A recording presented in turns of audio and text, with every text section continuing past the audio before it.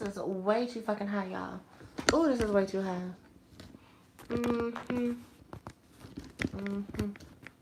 We good now. All right, baby. I think we good. Yeah. Oh, shit. I'll turn on one of my motherfucking lights back there. That's okay. Y'all be cool. Y'all shall be cool. How's it going? You know, I be real late to these lives, girl. I do. Y'all know me, a bitch can't never be consistent. Girls, as much as I try.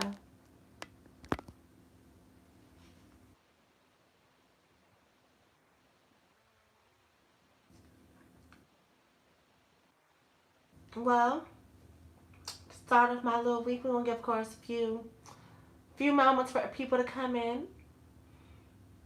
About 10, 15, 10 minutes at the most. Hopefully some people will come in after about 10 minutes or so. And we'll see what that tea is. Honestly, I don't even know if people are actually going to show up in this. Cause girl, I ain't been on live in a minute, and I don't know how folks be. Y'all need consistency if this is YouTube. And that's one thing I'm not good at, is being consistent on YouTube. So we're going to see. So, for my drink choice of the night, I got me some cute Jim Beam honey. Yes, Jim Beam honey. And with my Jim Beam honey, I mix it with a little root beer. Now, baby, Jim Beam honey and root beer, that's it. That's the bee's knees, bitch. Speaking of bees, y'all like this shirt? It looks love, don't it? And I got on this cute little bodysuit. Y'all can't tell. It's like a cute little bodysuit that go with it. Cute little bodysuit or something.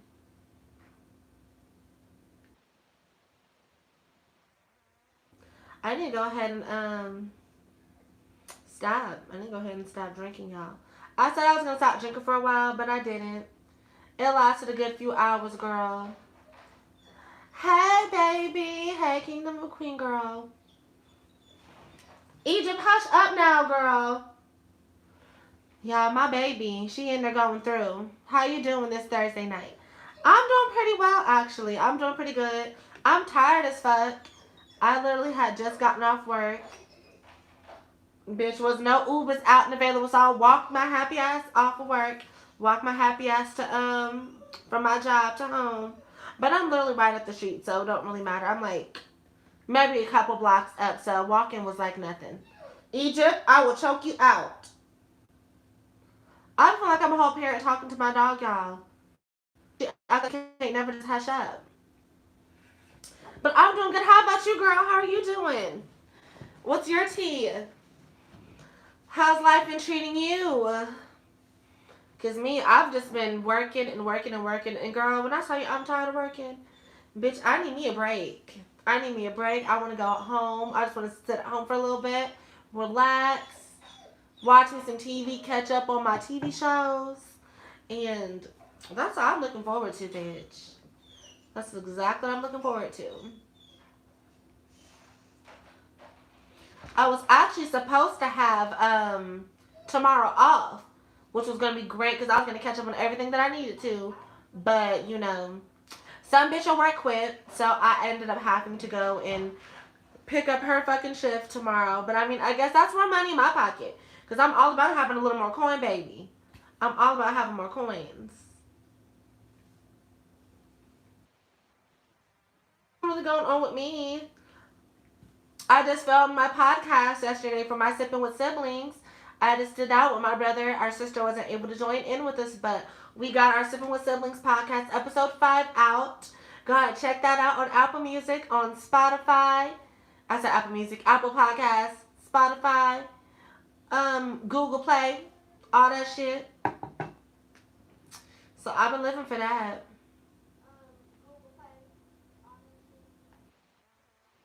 Hello, beautiful lady. Hello, Hydra. How's it going? I'm glad y'all tuned in to say hello. Like I said, I'm always surprised that people actually tune into my lives when I do late because I be trying to do this every week, but bitches be tired, and anytime I ask them to take off my Tuesdays and Thursdays, or at least let a bitch out early so I can do my lives, something always ends up going wrong, and I'm never able to do them as consistently as I want to. So instead of like every week, it'd be like every other week. Like I said, it'd be on a Tuesday or a Thursday, so it'd be cute. But next week, I'm off on Tuesday and Thursday. Okay. So it'll be great. I'll have my Tuesday and Thursday off to come over here and talk my shit with y'all. Hey. I'll definitely tune into the podcast this weekend. As you should, girl. You should have been tuned in. But I'm trying to be more consistent with that as well. But it's so hard pulling people together to do it because my brother, he want to get off work. He wants to relax. When I get off, it's about 10:30. So when I'm ready to get on here and do it with my sister, she's already in bed. She done smoked her blunt. She done rolled up, lay down, and went to sleep, girl. That's how that is. But yes, I've been here for it. I missed your crazy self. Aw, well, thank you. Huh, I gotta bring a little crazy to y'all, okay? I gotta give y'all some excitement for the week. It's almost the weekend. Y'all got any weekend plans? What y'all got planned for the weekend? Because I know for me, I'm just gonna be here chilling and working. I literally work the whole weekend though. Friday, Saturday, and Sunday. Over it. Over it. But since I've been gone, there's been a lot of tea going on that I wanted to talk about. You, you just keep it real, girl. I try to keep it real, okay? If one thing Andre Mandavi's gonna do, I'm gonna keep it real, bitch. Okay? Gonna keep it real, real drunk. Okay? Gonna keep it real drunk, bitch. Have a real drink. Kayla should be here soon. I think he went out to eat, so he's not here at the moment. But he probably will walk through the door while I'm doing the live, because, girl, he likes to do that shit. He'll just barge in and be like, oh, well, time for me to join in the live. So he'll probably join in at some point. But if not, I have enough hot topics to talk about, the Grammys. Bitch, I live for the performances. We're going to talk about the performances. We're going to talk about, shit, what else was I going to talk about? I just start writing this shit down, y'all. Oh, yeah. Grammys, Kirk Franklin, and all that bullshit that happened with him and his son. Because we're going to talk about that and parenting. I also want to talk about, what's it called? Just insecurities as far as, like, how these niggas out here be. They be so insecure about certain shit. And I be picking up on that shit. And if y'all see me doing this a lot, it's because my closure piece right here, it don't stay down. I don't know what's going on. Like, I fly iron this bitch. I brought my hair up. I've added some mousse. I've added anything. I added some gel, hairspray. But the motherfucker will not lay down for shit. All it does is stay up. And it's bloop, like a little hump. It'd be cute. But yeah, about 10 minutes, we'll get the actual topic started. So let me know what's going on with y'all. What have y'all been doing? What's been keeping y'all, looking forward through the week? How's y'all work week been?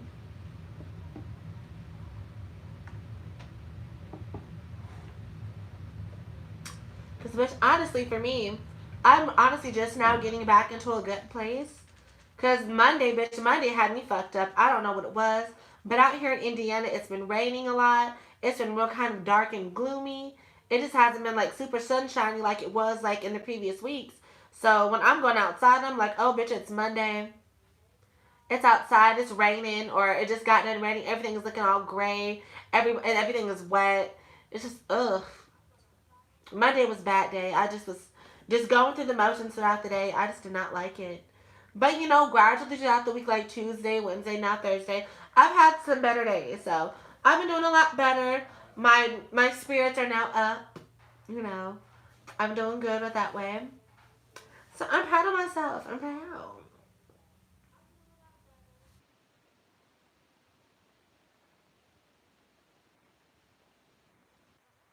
With this drink, bitch. Because drink is a little Jim Beam honey mixed with a little root beer. Y'all go ahead and give that a try. Y'all go on and get you a little sip of that. All right, bitch. So, who on here all watched the Grammys? Did anybody on here watch the Grammys this thing was this past Sunday? I believe it was Sunday, I think. I didn't watch it, but I watched the performances. Now, the performances is what I live for. That's the only reason I ever really watched the Grammys, because, you know, if Beyonce ain't performing, I don't really care. But most of everybody that I liked was actually performing, so Doja Cat performed, loved her. Who else? Megan Thee Stallion, her ass performed, loved her. Who else? Anderson .Paak and Bruno Mars. Cause bitch, that motherfucking song, Leave the Door Open. That was it. They doing something with that. Supersonic, that little group, I like that. I'm here for that bitch. I'ma leave the door open. I'ma leave the door open. I'ma leave the door open, girl. That is my shit. You can't tell me nothing about that. That bitch, that is some straight up 70s sound. That's giving me Jackson 5. It's giving me Temptations, bitch. It's giving me, you know, somebody just sniffed some coke, lit a blunt, it ain't in the air to smell like coochie and weed, baby. Smell like coochie, weed, and coke. That's what I feel when I see that song. When I hear that song, bitch, that's what's in the air. I'm here for that.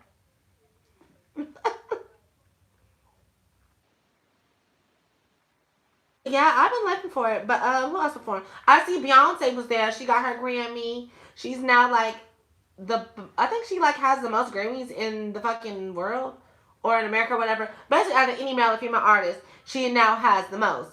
And I mean, who other person than Beyonce would have the most fucking Grammys? In all honesty, like this bitch has been consistent since the '90s, the motherfucking '90s. Like this bitch started when she was like what 7, 8 years old.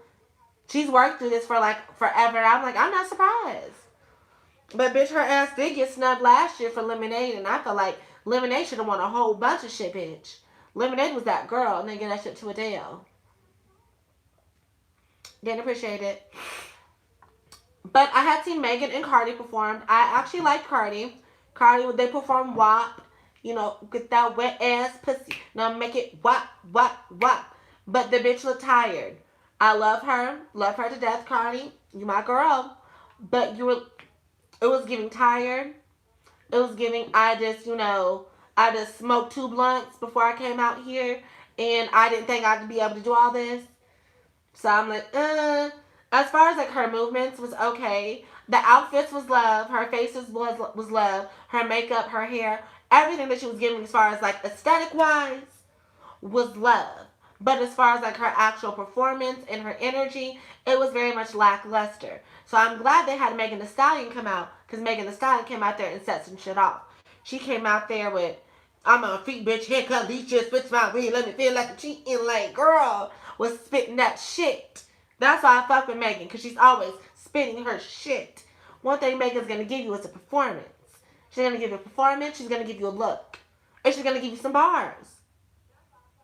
Nothing else. If she don't give you nothing else, the bitch is giving you some bars. A cute little Instagram caption. And some ass shaking music.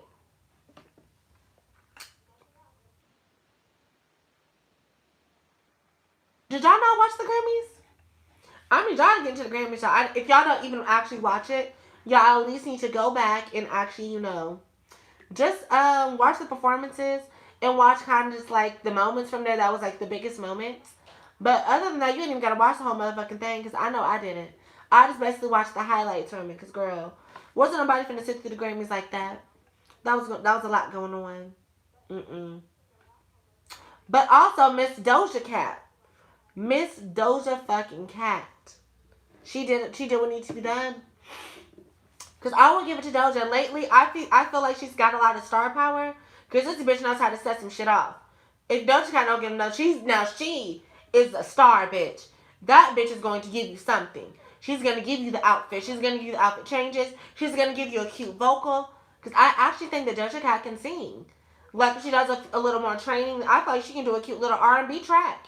Like no rapper, she could probably just throw down a cute little R&B track. But I think she's more into her pop music. But girl, you can give us a little pop sound too. throw a little wrap on there by yourself. I like it.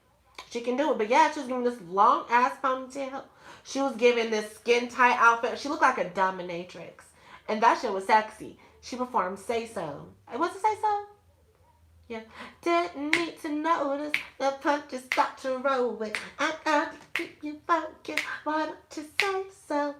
That's my jam too. Now, that should have won something. I'm surprised Say So didn't win nothing. Say So didn't win shit, which I didn't appreciate. Because I figured, well, shit. Doja Cat is determined to be on top. The bitch really is. She is determined to be that bitch. Like, she got the rap shit on lock. She's got the pop shit on lock. She's got the outfits on lock. She's got the aesthetic on lock. What? She's gonna give it to you. Motherfucking Doja Cat's gonna give it to you. She's determined to be that bitch that's outshining all the girls. And no tea, no shade. I feel like she's bigger than Cardi at this moment. I mean, I love Cardi, but I honestly feel like she's, there's just such a stark quality about Doja. Like, when she's remixed the shit like 5 different times. So I'm like, okay, bitch. Who's Katora? Oh, hey, Katora. Hey, girl. Look at you on my live, bitch.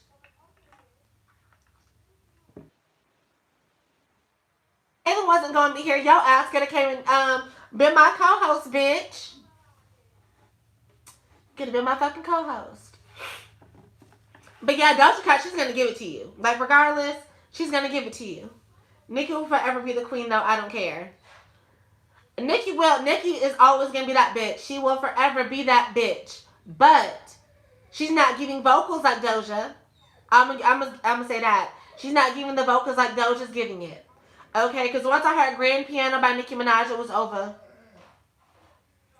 The last good song I heard that Nicki actually sung was Your Love. Bop, bop, bop, bop, do. I'ma tell you this one, you the illest. Bop, bop, bop, bop, do. You got spark, you got spark. You should have called me. Bitch, you ain't got no phone. Oh, I could have called your laptop. I could have definitely called your laptop, bitch. Oh, if nobody knows Katora, she was the girl that helped fill in for me when we talked about the Britney Spears thing. So yeah, that was her. Hey, Katora. Talking about your girl be trying. She does try. She tries, but girl, it's not enough. It's not enough. But yeah, I honestly think that Doja is going to be a lot bigger than Cardi. Like, I live for Cardi, but Cardi has a great personality. If anything, Cardi can give you reality TV. Like, if Cardi had her own reality show after, all the fame and the fortune, and she never wants to make another record again, she can go ahead and do it.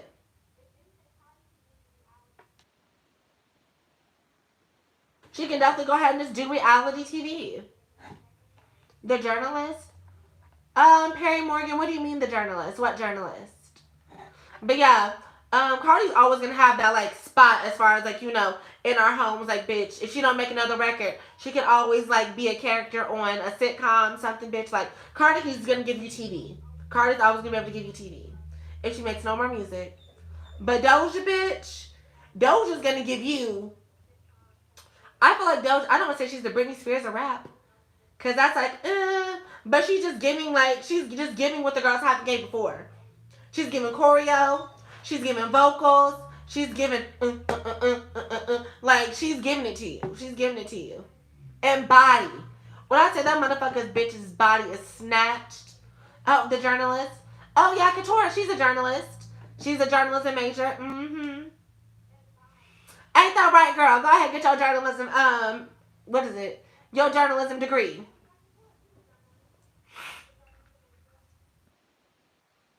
But she trying to be somebody's private dancer.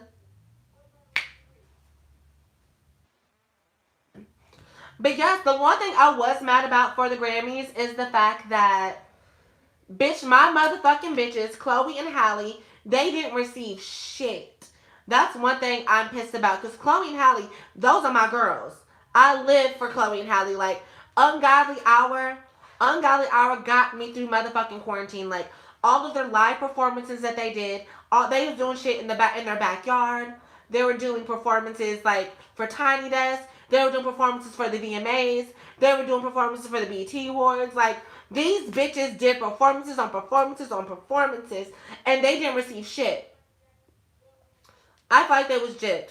But I think the person that won before in front of them, as far as like best song or I don't know, it was Chrisette Michele, which was cute. She deserved a cute Grammy. She deserved a Grammy because she's never gotten one. But fucking Ungodly Hour deserved more. Did you see Kofi in the Doja video? Oh, bitch, motherfucking Kofi. Kofi was it. Kofi looked fine as fuck. I knew Kofi was gonna be a snack ever since I seen his ass in Dreamgirls.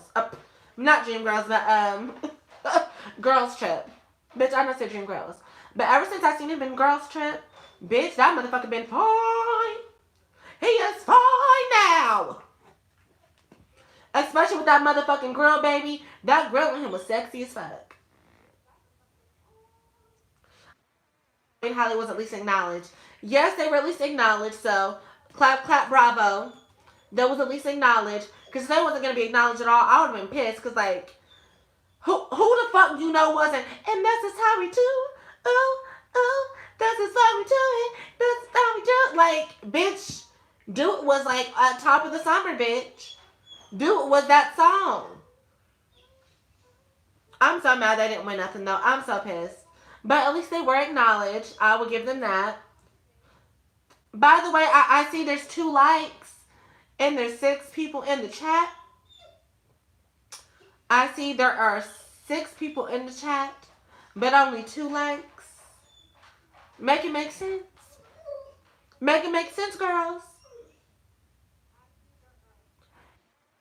Into a movie.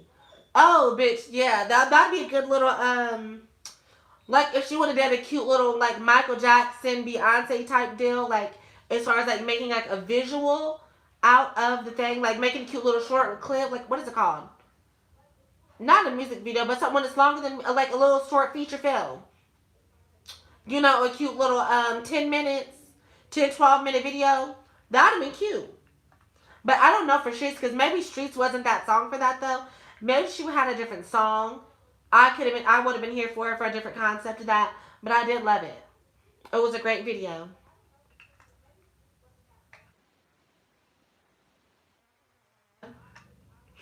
Y'all, I'm up here drunk already. Not even drunk, but a bitch is tipsy. I'ma be a bit tipsy on my line. Who else did we talk about?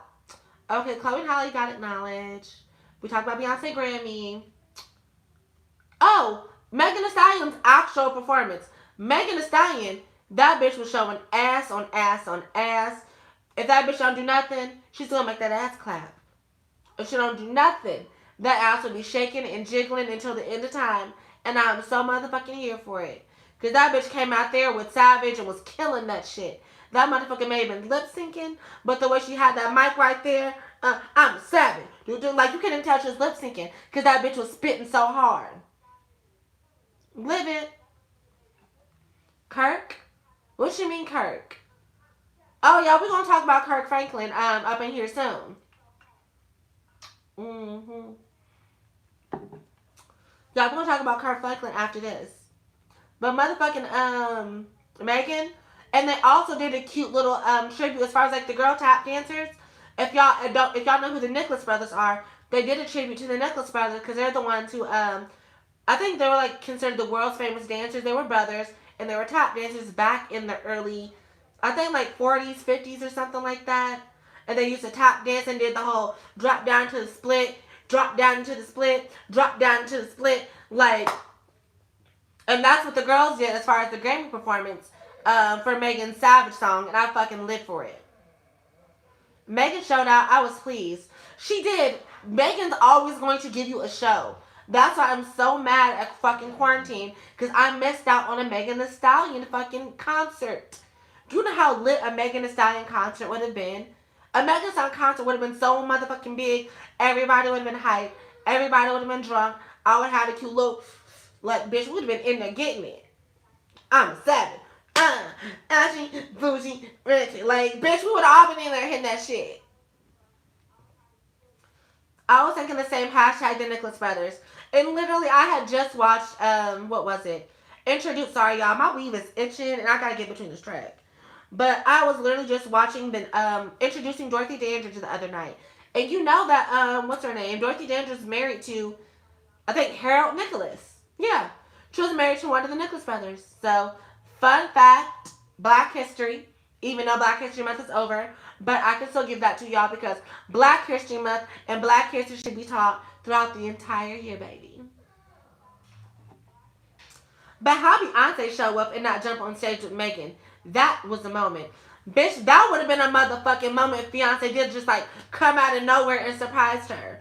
But that would have probably threw Megan off and she would have been like, oh shit, like I'm performing with Beyonce.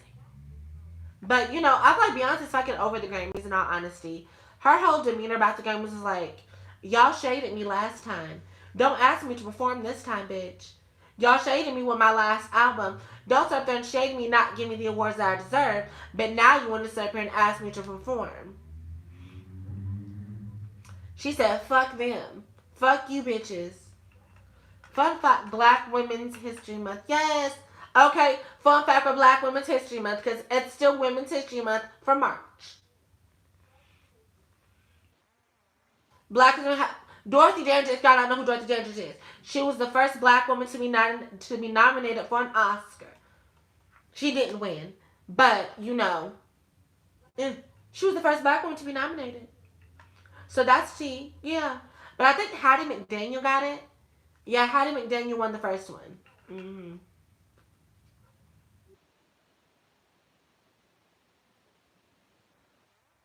Richardson. I know this is off topic. Did you ever go to the boy? Did you ever go to the boy at your job? You said you was going to do it, and let us know. Who you remember? Oh, bitch! Not y'all calling me out about it. I thought I could get on this live and not have to discuss that bitch.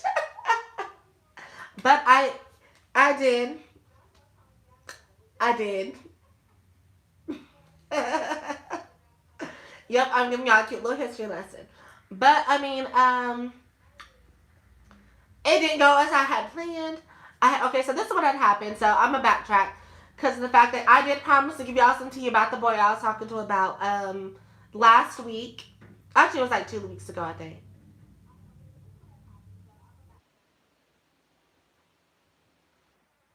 At my door. I think somebody. Hold on, y'all. Because my brother's finna come in and he's gonna run the story time. Hey, Grandma. Hey. Hello. I told you he was gonna. Egypt, shut up. Hey everybody. Hey y'all. How y'all doing? What's tea? I'm about to cut it short because we're gonna have a session. Okay, you got him. I do. We can do it in there. Hey y'all. Okay. I told you he was gonna pop in. Hey, who on Eventually. here? Who on here? Katrina was just on here. Kingdom McQueen is on here. Hey, Kingdom McQueen, girl. Hey, Kingdom. Hydra on here. Remember Hydra? Yes, hi Hydra. What we talking about? What y'all talking about? I was talking about the Grammys and shit. Oh, what you covered? But now I covered everything. But now I'm talking about the boy. What boy? But you can give your cute opinion on the Grammys real quick if you want to say. He's gonna give his cute opinion on the Grammys real quick, and then I'm gonna go back to the story time about me asking the boy out. Cardi B gave me Mariah Carey a performance. She didn't do shit. Megan Thee Stallion did her shit. Beyonce did her little speech and gave her love to Megan Thee Stallion, which I loved.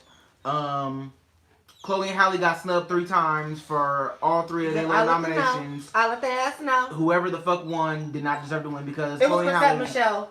She finally got a Grammy. Whatever. She deserved one though. Chloe and Halle deserved the Grammys all 2020. She deserved one. They gave us everything all 2020. They deserved at least one. At least one. But that's my recap. I think that's all I had to say. Oh, Beyonce, it made history. Blue Ivy won her first Grammy, and Beyonce made 28 Grammys. You just open the back end to make history. You talking about your skinny ass with your flat stomach. Fuck you. Look, it's a faux pack. Okay. Well, you got some. Hey! We here with I gotta get back it. to the camera so that I can see myself. We here with it. I want to say hello. But whatever it's talking about, go ahead. Okay, yeah. Go on and say hey. Hey. Okay. Bye-bye. So, okay, back to what I was saying, girls. So you know how I said a few weeks ago I was gonna ask out my coworker to see if he wanted to do anything. So I did end up asking him out. I asked him to go out to karaoke because bitch, y'all know I live for some karaoke. And so when I asked for karaoke, bitch, he shaded the whole conversation because he said I have better things to do than to go out to karaoke and do some shit when he could be making money. So that turned me off to the whole situation. And I said, girl, fuck you. I will never ever ask you shit again and ask you out. So that's how I felt about the situation. But he does want to be part of the podcast. He wants to come over here and he wants to give we're gonna have a cute conversation. So guys might be able to meet him. Y'all might be able to meet him. Is it gonna be a live or just a video? It's gonna be just a video. He's not gonna come on live because you know he's a little problematic, but he's not as problematic. You know, that's what it's giving. Like his views, I want to like kind of try to sway him onto the more progressive side of things. So I'm gonna do a video with him, but I'm not gonna do a live because I feel like y'all would read him. It's giving very much that. But yeah, But bitch, we did make progress. I want to be on camera. Y'all funny. You gonna say hi? I can say hi. Yeah, say hey. Come here. Say hey. What we talking about? What's going on, y'all? Caitlin done came in with the crew. Caitlin done came in with the crew. They finna have a session. A cute little session. Let's have a little conversation real fast. What's going on? What y'all talking about? My name is Tevin. I'm a senior marketing major here at Indiana State University. Let me see. So why am I like Chris Michelle, music out? Chris Michelle. Win the podcast. Okay, so what you want to talk about? Real fast. We talk about that. Oh, we should talk about the Grammys real quick. Okay. Speaking of that, so I feel like particularly I was kind of taken aback by Megan and Cardi B's performance. I think we literally just said that. I think that people are saying nowadays that the parents should control their child, but there's so many access to see these things and access to the internet, access to that, to where it is so hard for parents to control these things. So I think that it's on the networks. I think that it's on like the FCC to control the content because it's hard to control the medium now because there's so many different channels to access these platforms. So I mean, it's just a different opinion. You know, sometimes people put it on the parents, but instead it should be the responsibility should be on the industry and the powers that be. Exactly, because it's not the industry's responsibility to raise your children. Exactly. That's you. If you don't want them seeing WAP or perform, the bitch don't let them watch it. But it's hard though. How's it hard? Because like, okay, you say you may control it on your TV. You say don't watch on TV when now you can on their phone. You say don't watch on there's parental controls. But it's hard. Then the radio is there. As a community, as a black community, should we be in control of the things that we are feeding our youth? Think about it. You know what I'm saying? But what's wrong with sexual empowerment in youth? When it gives more what's wrong with it is when it gets more exposure than the positive things that would But it's a performance. It was the highest rated song of the year for the Grammys. That's what they're gonna perform. They're not gonna get there and give you gospel. You can wait for the gospel awards. This is the motherfucking Grammys of the highest shit where the most palatable artists are up there to perform. Oh shit. Yeah.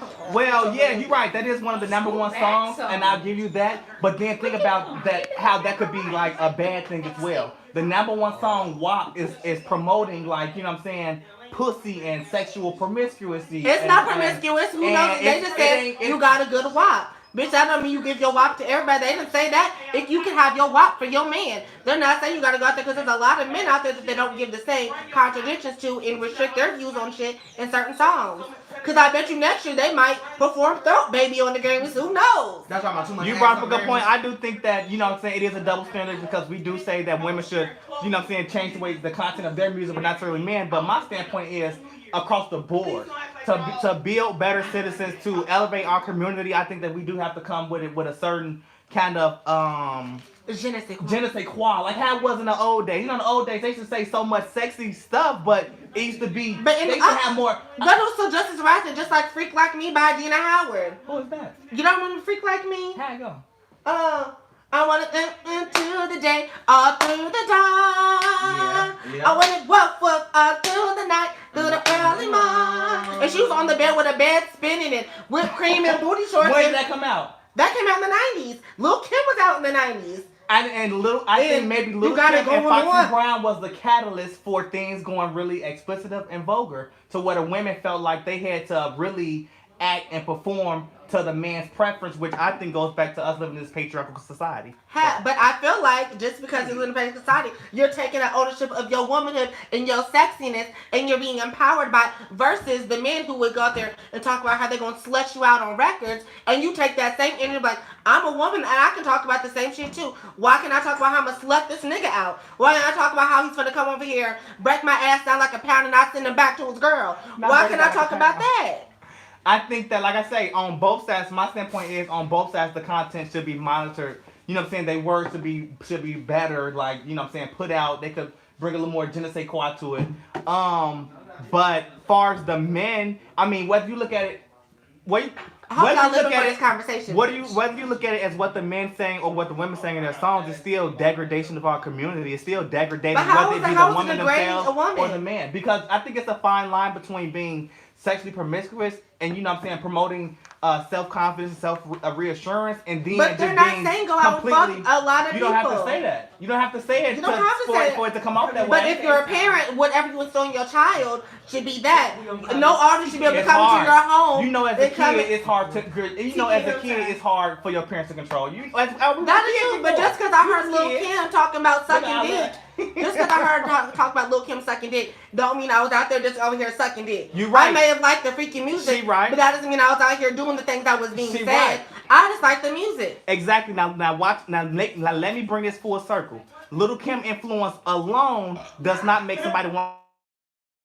Lil' Kim influence plus what they friends is saying, plus what they seeing on social media. Plus what they seeing on Pornhub at night. Let's talk about that, which is a whole nother conversation of how the porn industry is really, you know what I'm saying, getting them up on Twitter porn. So I'm saying that it's a like a compilation of things. It's a group of things that really, you know what I'm saying, influences these kids. And while music might not be the sole one reason, it definitely plays a part in that circle of influence.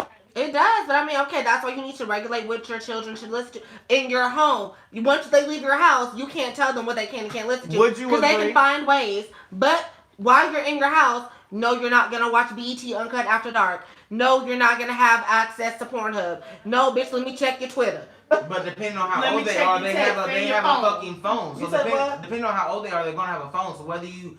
And you can put restrictions on the phone. It's hard nowadays. What app, what website? It's hard. They have parental controls. You can, but I'm still saying to some extent it's hard for parents. And we know as kids we're rebellious and we want to do what our friends say. And we want to listen to the music. It's just a little then hard for that's the parents day now that nowadays. you gotta just make sure that what you're teaching your kids, what you hear is not what you do. This may sound like everybody's doing this, not everybody's doing this. Is just what's being played. This is just what's in media, bitch. Sex sells. Just know that. Sex is what's going to sell. But if they're not watching the even the artists who are rapping about and singing about sex aren't doing all these things that they're doing. Only motherfuckers that I think are actually living about what the shit they do is the city girls. But if they're not doing what they say they're doing, the city girls is not doing what I thought the city girls about that life. Maybe at one point in time. They scamming going to jail for identity theft and scamming shit and scamming these niggas and robbing hoes. That's that Florida shit right there. But I was finna say, sorry to those hoes in Florida. Damn, what was I finna say? I don't know, bring around circle. I don't know, but they're going to see it regardless. Whether they see it on their phone, it's going to be saying, and I guess my point is it's hard to control it nowadays. So I think that just some accountability and responsibility needs to be on the artist side as well. Don't just say it's the parents' fault. Take some responsibility. If artists is not responsible for it, they're putting out music for adults. They're saying it's rated R, TVMA exclusive. But you know they're going to hear for adults. But you know they're going to hear and that's not their fault. Just because I'm an adult, I'm thinking about sex, and I'm thinking about love, relationships. I'm thinking that for my adult crowd. Okay, but think about hanging around with Daddy and his friends. They didn't censor no music. They didn't censor their language. They didn't censor none of that shit. No. Hanging around your family, hanging around your parents, hanging around their friends. That same shit you hear on the radio, same shit you hear at Thanksgiving Day. Not at all, because on the radio it's censored. Well, yeah. And Thanksgiving, Christmas, Easter dinner, it's not censored. So they gonna hear it regardless. Whether, like I said, whether they hear it from you, whether they hear it from their phone, they would hear it from their friend's phone. They still gonna see the videos or hear the video. Especially if you got a restriction on their phone, they gonna want to see even more. As soon as they get to their friend's house, bitch, pull up the WAP video. Yeah. Bitch, pull up the Crybaby video. Yeah. Like, that's Crybaby video. It's hard. Did I see that white woman? Crying on YouTube? About what? About the whole Rock video. she was gonna know about the Grammy. She was like, they're just out here and they're just shaking their asses on TV. And my child, I want to show my child some respectable and some dignity. I'm like, I think girl, it shut the kind of fuck up comes and turn off off the TV. different, honestly, when you have It's kids. the internet children My nowadays. thing, one You're time not you heard coming the to song that was yourself coming on. like You we knew had it a was coming. chance. When I was with my nieces Definitely and true, nephews, Kingdom of Queen. Definitely true. when I was with my nieces and nephews, I had a different. It changed my perception of like the music and the things that happens on TikTok, because it be sexual things on TikTok, and the music, the videos, everything. When I was with them, it just kind of hit me a little differently, because then I became more from a single person saying it's the parents' fault to now a guardian, like, to where I'm like, damn, they shouldn't be exposed to this. And it was Exactly. Your you children know, have so- no damn TikTok. They shouldn't have no Twitter. If you don't want them to have that type of shit, bitch, then What they're your age are we rules. talking? Like, what is the age restriction? What are you talking about? Like, you saying your child should not have this, but what age? Okay, I like that. What's age? the age What's the age restriction? cutoff? What are you talking I about? would say I'm talking to you, Dre. I feel like Oh, you talking to me? 13. As a teenager, you like we didn't get a Facebook until we were like what 13, 14 but now years they're getting old? phones at 7.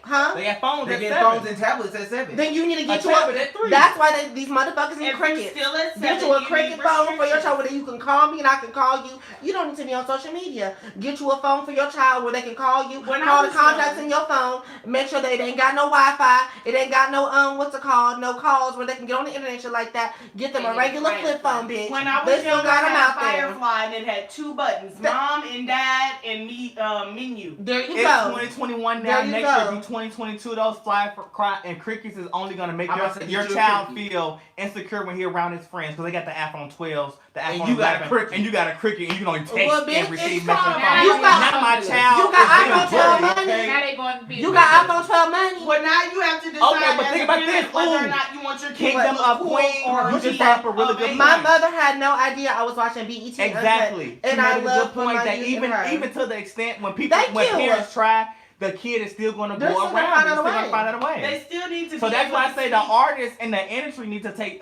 just accept not all, but some accountability and just be more persuasive with their words, the language. You gotta say pussy, It's say your- it's that your- area. They don't that say that pussy because it's always centered. It's just like You can how say we that say wet knick-knack. ass pussy, they say wet and gushy. I don't know about being It's censored. censored. No, not censored, but just be more creative with the language. But yes, Tina McQueen, I definitely feel you because Oh, I that's how definitely you know, stuck be off. creative. Expand your vocabulary. Love it. I Expand feel the like vocabulary. they Just think about it. they need Now to that have Cardi B that. done said pussy, lick, wet, all that stuff. What else? What's next? What else could you say that's different? I think the Nothing. women in music should now transition, right? To what? We already know about the wet pussy, being dominant in the bedroom, sexually promiscuous, self-assuring, all the things. Now show us a little more lady side. Give us a little rap song that's about maybe a rap song that has something to do with like funeral. Give us a rap But you song. said a funeral, You know how like Monica got the I Miss You? Be careful with me. That was Cardi Be B. careful with me. and it didn't sell as well because sex sells. A whole. But not, but But there's artists out there who like it, like Chica, like No Name. There's a lot of female artists out there. Bitch, no. I said the ones that. where's the transition from sex sales to now that I'm an adult? My music has transitioned and transformed with me getting older. Why should a woman that has entered the industry 10 years ago still be held to the same sexual They're not promiscuity because 10 years Lil' Kim, later? there's not Nicki Kim, Minaj. Lil' Kim. They're not I because think listen, when they Nicki cut off Minaj- women at a yeah. certain age. I think when In the Nicki- rap game, they cut off women at a certain age. Cause you see how they started doing Nicki. You see how they've been throughout Kim. Once you get to a certain age in the rap game and you're no longer usable for them, they're gonna throw you out with the next best thing. Cause now we got the Megans, we got the Cardis, we got the City Girls, we got Sweeties, all the new hot young rappers rapping about sex. And once they get older, there's gonna be new younger But what about generation. Victoria Well, to get them up. Monet? Well, what they can do to What probably about fight that her is transition with the sister? music. Now that Nicki's a mom and a wife, I think when she comes back, her music should transition just a little bit. You know what I'm saying? Just a tad bit into a little more Cause maturity. yes, she do the in her cooking, music. yes, she do the cleaning. Yeah. She don't do none of that. And change That's the why she ain't diaper. got no I ring. changed the diaper. That's why she ain't got no. Nicki. She ain't got no money for no ring. She That's is how not. she's married. She didn't put him on payroll. She was pedophile. She's not. Oh, She a pedophile. no, y'all didn't. Don't you come for No, Nicki. y'all didn't. A little. Don't you come for Nicki. Oh my bad. Oh, then y'all came here and dropped my views. Nicki, There's so many Nicki people in the had background. How many years now? 3 years.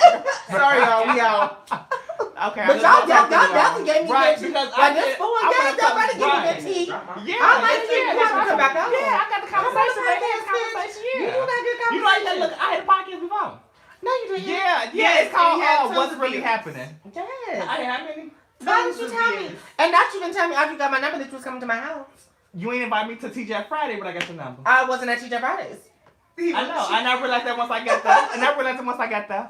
Women in the entertainment industry are like basketball players. It's ridiculous.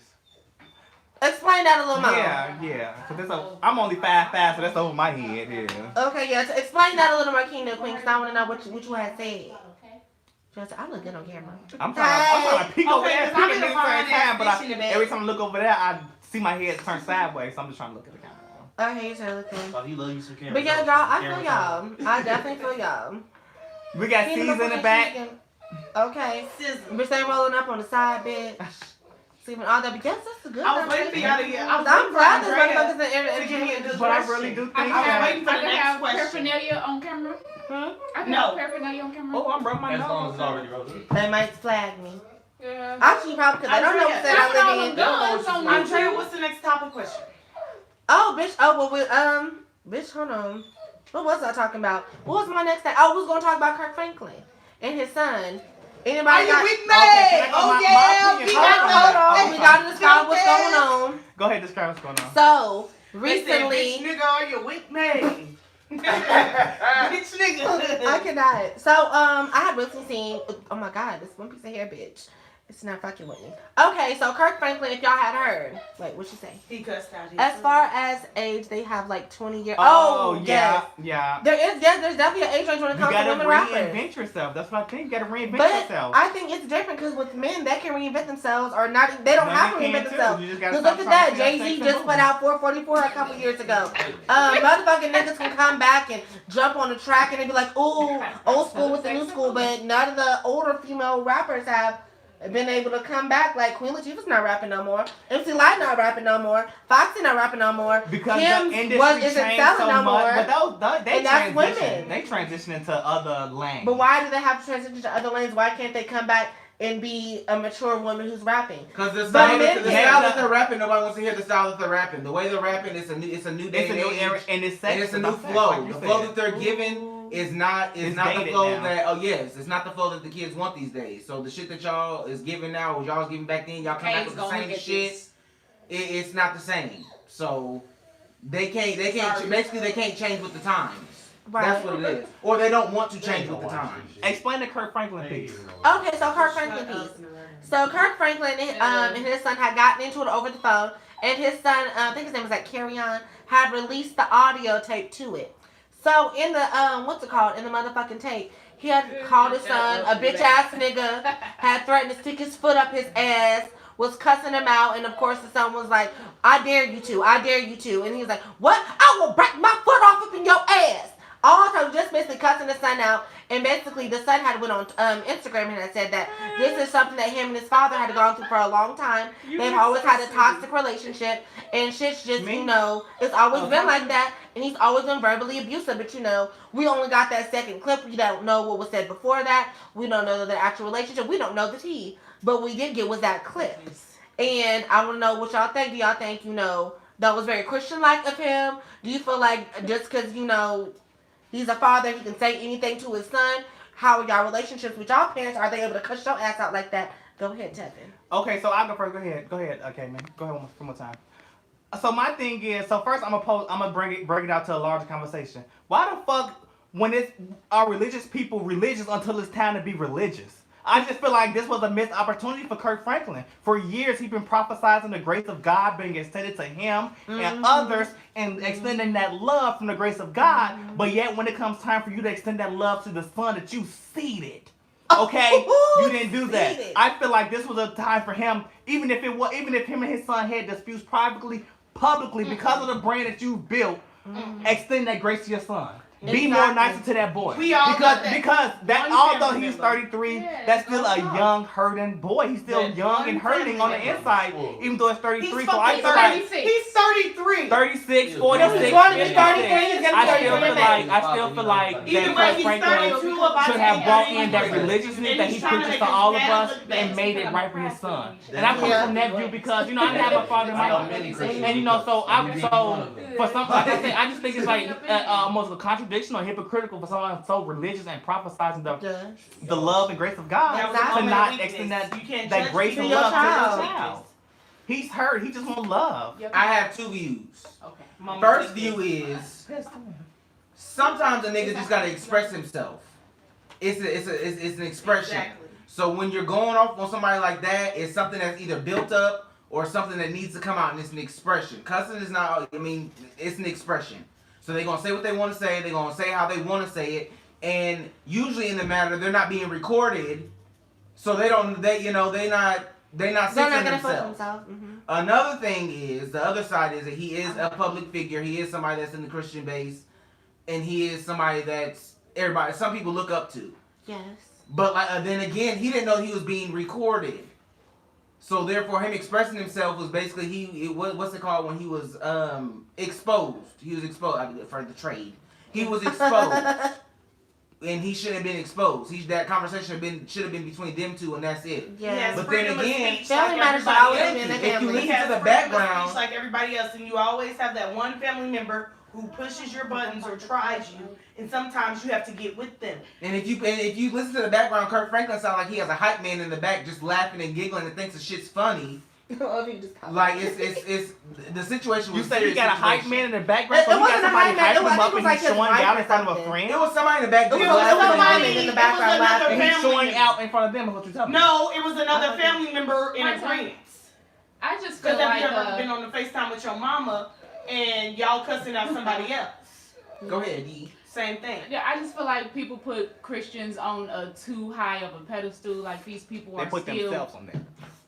well, however the case may be, I feel like these people are still humans, and he still has the right to cuss at his child and put him in the right space. Because first of all, he was probably born into this riches, so he felt like he was entitled to whatever he was owed or whatever. So he felt like, hey, I'm gonna go off on my dad. Everybody thinks my dad is this great man, this great preacher, this great Christian. I'm gonna expose him. Let me show He you was the being real. petty. Yeah, he was being petty. Everybody know your parents gonna go off on you. They're parents. You're a child still, regardless of how old you are. Respect me. Yeah. Like, I make it think make I sense. need more information on this. Is this an estranged son who doesn't have a relationship with them at all, or does Backstory. this boy There is have a little relationship? I need the backstory. backstory. So a little bit of the backstory is, from what I heard and what I've gathered from information, is this was the son that Kirk had when he was younger. Very much teenage son, had a kid, and basically wasn't with the mother. So after, he grew up, got his own money, got his other family, he kind of, had the other kid in the back. So there was a picture of Jet Magazine when they had the child out there, and he said that was the only picture he was ever in there with them, with the whole entire family. So that's he's always been kind of estranged from his Feel father. some type of way. Yep, feeling some type of way I because he would knew his too. kid. I mean, But his mom. I did say interview with his mom, and I did not watch the whole interview. And his mom did say that that Kirk was in his life. He said that Kirk did show and shower that boy with love. Now, as a child, it might not be the love that you wanted and how you wanted it, but his mom did do an interview and say that he, that Kirk was present in that boy's life. But from his son's standpoint, and although he's 36 or 33 or however old, she coming to with see the your tea. siblings, get the shine and be in the spotlight, I'm sure it makes him feel some type of way. yeah, she said people have understood that he had a son at 15, so that relationship right there is already strained. Yes, because he may not even look at him as this big father figure. He may look, because if you're that young, you're basically growing up with your father. Because your father's only 15 at that age. And you're still a baby, so that's like an older brother. And so when you feel that they're not giving you the love that you need, because they probably couldn't back then.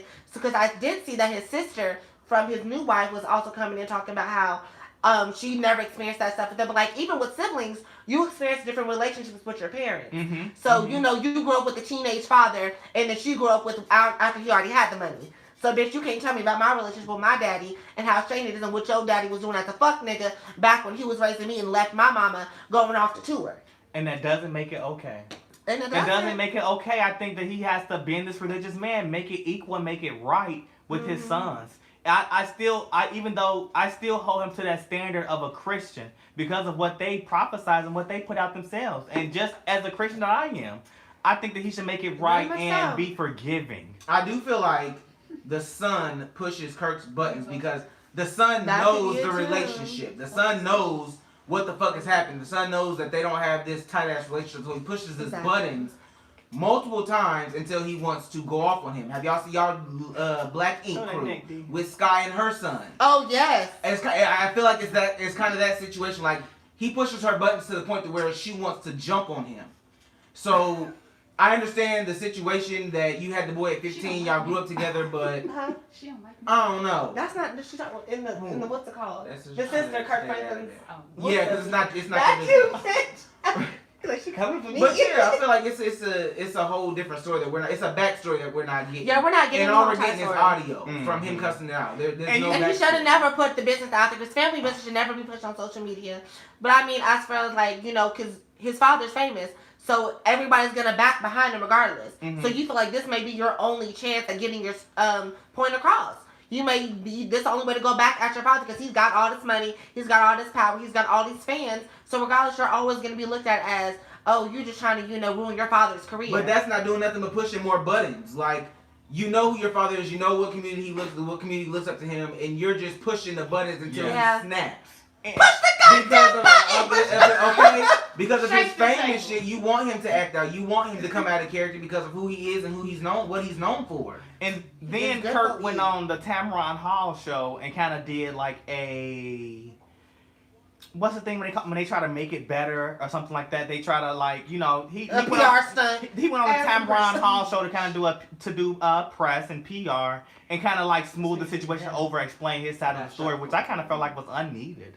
You didn't need to go on a Tamron Hall show and explain your side of view. You're a father having a conversation with your son. That ain't none of your business. And you didn't have to go in there and apologize or things like that. Did you see the apology video he posted though? I don't think he needed to do that.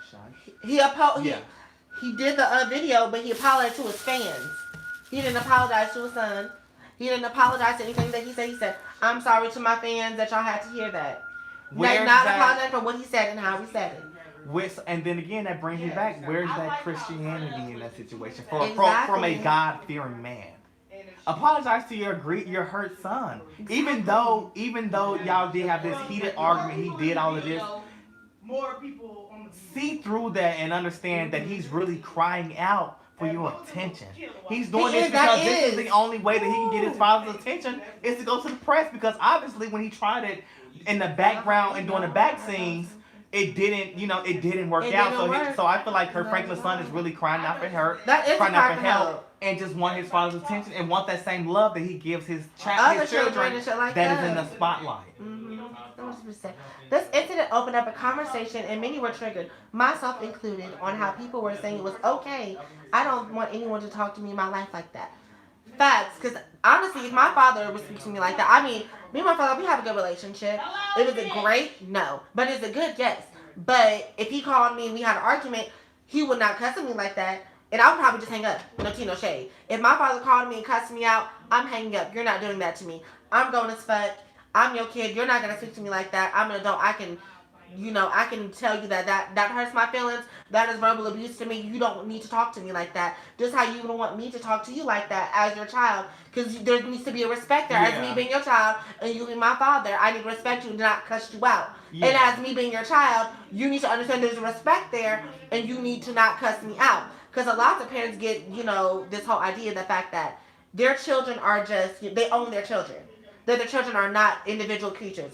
That they brought them into this world. So therefore, you are mine to control. You are my property. I own you type deal. And you need to respect me. And I need to have this authority over you at all times.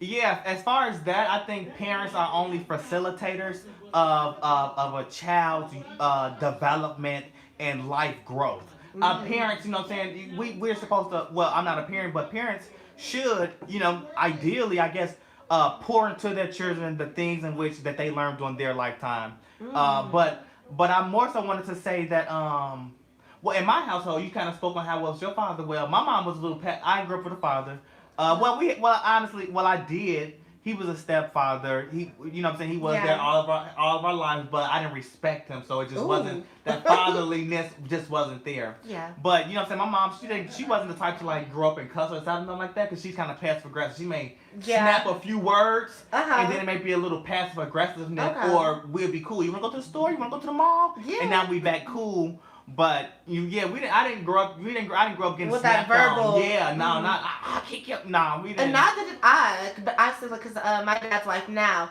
she speaks to her children like that. And, it makes me uncomfortable. Like she'll be like, "Well, you don't shut the fuck up. He's sitting on the phone. No. Why are you acting like such a dumbass?" Like she speaks like that to her children. I'm like, girl, I'm like, about that. Couldn't be me. Let's talk about. Couldn't be me. Do you mind? And that's so normal for them. Like they're normal to growing up. I'm like that's so, and I hear, I'm like, I couldn't imagine like my parents speaking to me like that. And that's how probably she shows her love to them, show like her discipline. I'm like, yeah, kids. I'm saying kids. Like I wasn't a kid. We as humans, we take those words through us throughout the rest of our lives. We really do. I had to check my sister. She and her husband was like saying that my nephew was just like, calling him slow and retarded. And I didn't say anything in front of while he was there, but I made sure I said to him before I left their house. Pull him to the side, very respectful, because this is still y'all child. So let me give y'all this suggestion. So I told them, I told my sister, remember when you was a child and you were chubby and everybody called you fatso? Well, how'd that make you feel? You know what I'm saying? I brought it full circle for her, so that she could understand and put herself in that spot, and how he could potentially carry that with the rest of his life. Because if my parents say I'm retarded, if my parents say I'm stupid, and it's validated by what the kids say in school or the teachers, then I must be that way. Exactly. Then he won't put his maximum up high because my parents say I'm down here. Yeah, your parents are just treating you just like the kids at school are treating you. It's like, well, damn, I'm supposed to come home to this safe space to where you're not going to talk to me like this, where I can escape the bullies and escape the internet and get this love from my parents. But if you're treating me just like I'm being treated when I walk outside those doors, via queer people and their parents, then bitch, they're going to make them feel just as bad. Yeah, we really do have to watch what we say around kids, what we call them, how we regard them, how the things we say around them, because kids are very smart. You think when we say go in your room, they really in their room and didn't hear anything else we said, exactly. Or we turn the TV down, that they're not internalizing what's being said. But kids are really receptive, and they are smarter than what we think, and at an earlier age than what we think. Because they have more access to shit now. Like they get more information than we got when we were children, and the fact that people treat children as if they're just this subhuman version of things. Like, bitch, they're children. They're little human beings. They have curiosities. They have thoughts. They have opinions. They have personalities. And you shutting your child down every time they have something to say isn't going to help their character development. Like, you saying, because I said so. Because I'm the parent. Because I'm your mama. That's why. That's not doing any help to your child. Because I got taught, like, I wasn't allowed to ask why. Well, why? Don't you fucking ever ask me that's why. That's what that told me. I never asked for my sins. That's them. Like, why can I ask you questions? Why can I like you're shutting down that child's curiosity? Their brain's going, like, they want to know why this is happening. Why you're saying this. Let me ask you this. So, as a child, going back to that feeling, and you say your parents said or your dad said, "Don't ask me why." How did that intersect with other interactions in your lifetime? For example, how did not asking why come up when you had to interact with other kids or other adults or professionals? How did that come up? Do you feel like you can't ask why, or feel sometimes you just because how you was raised, you just don't want to ask the why and take what's being said at face value? I mean, I feel like that's how it kind of was, especially with other children. Like, I just took what was said at face value, as far as, like, I wasn't curious about anything. I'm like, oh, whatever said goes. And then I felt I was being stupid, because if they was lying to me, bitch, I didn't know why. Because I'm like, I was just that scared me. Don't ask why. I'm like, well, okay, well, I can't ask this. So it was just kind of like, I was always outside of the box of not knowing everything that was going on around me. Oh, hold on. She said something about you. Let me see. Oh.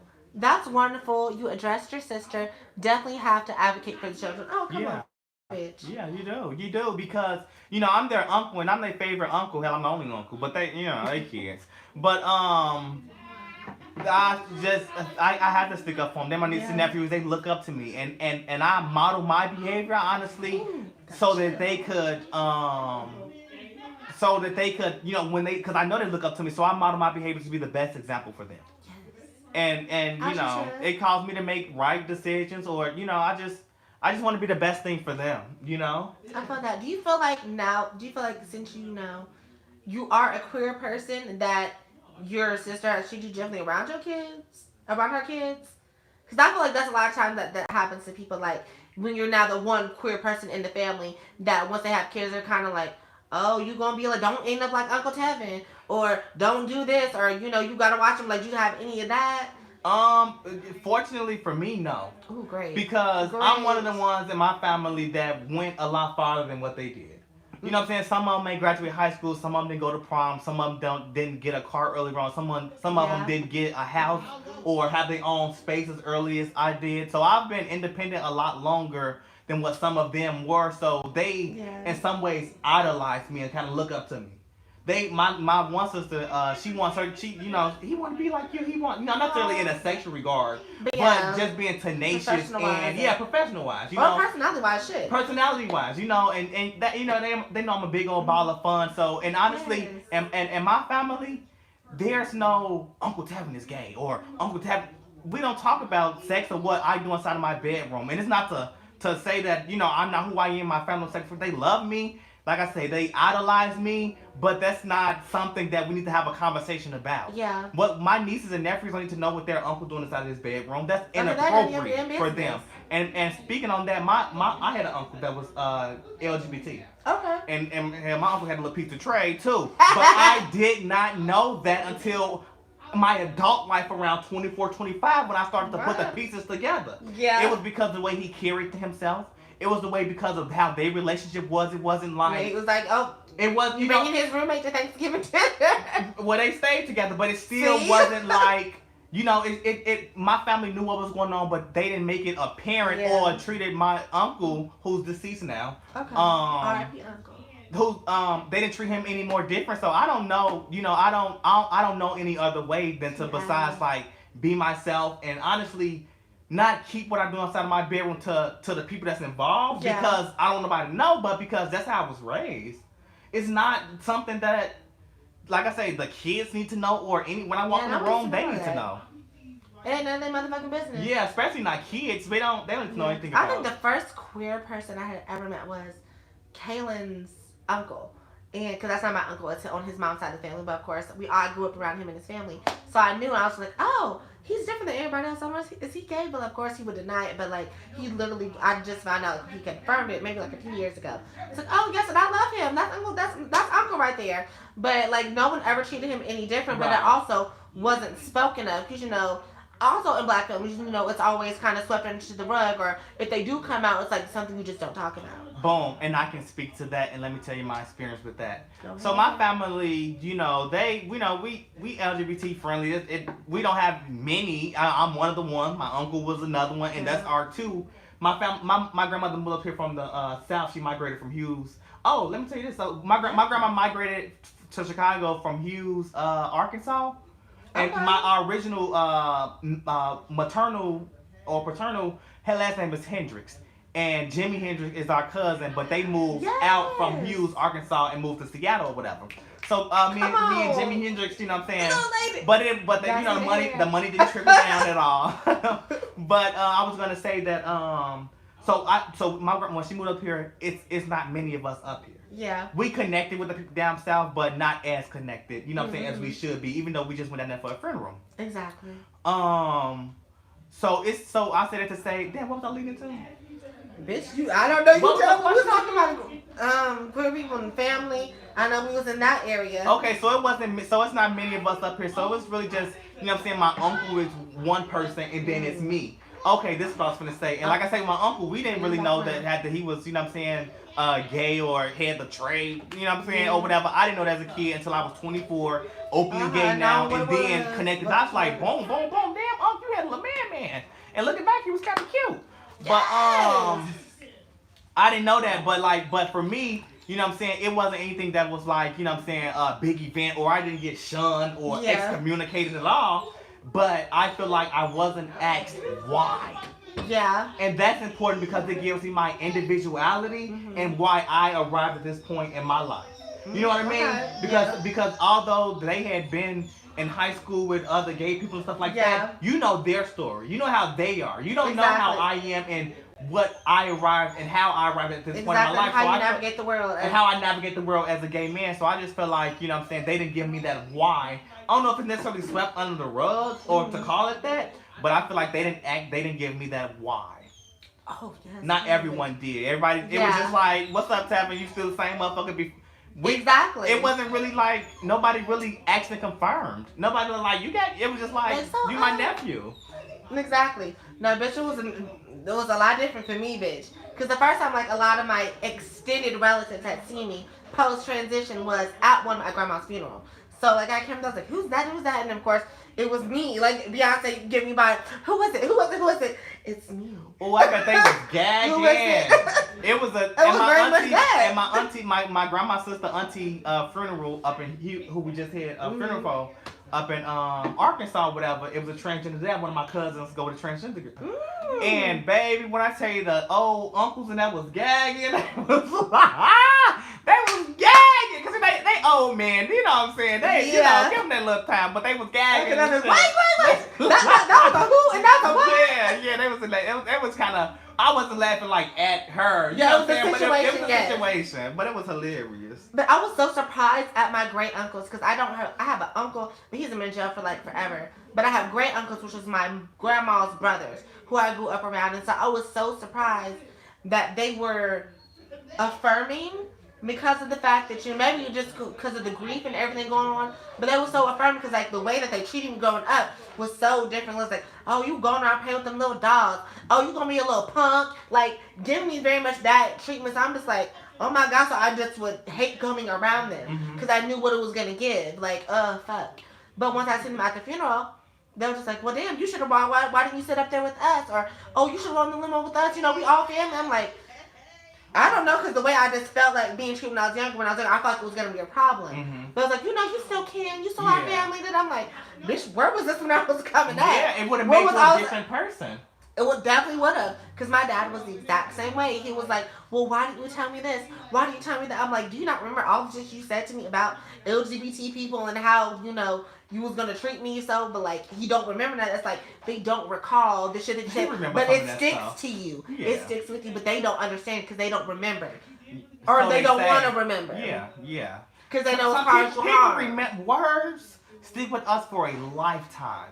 And the cruelest words that you heard or said or somebody said to you and then, called you and then now you calling somebody else because of X, Y, and Z. You remember that stuff. But I was finna... Words stick a lot harder than physicalness, at least I think.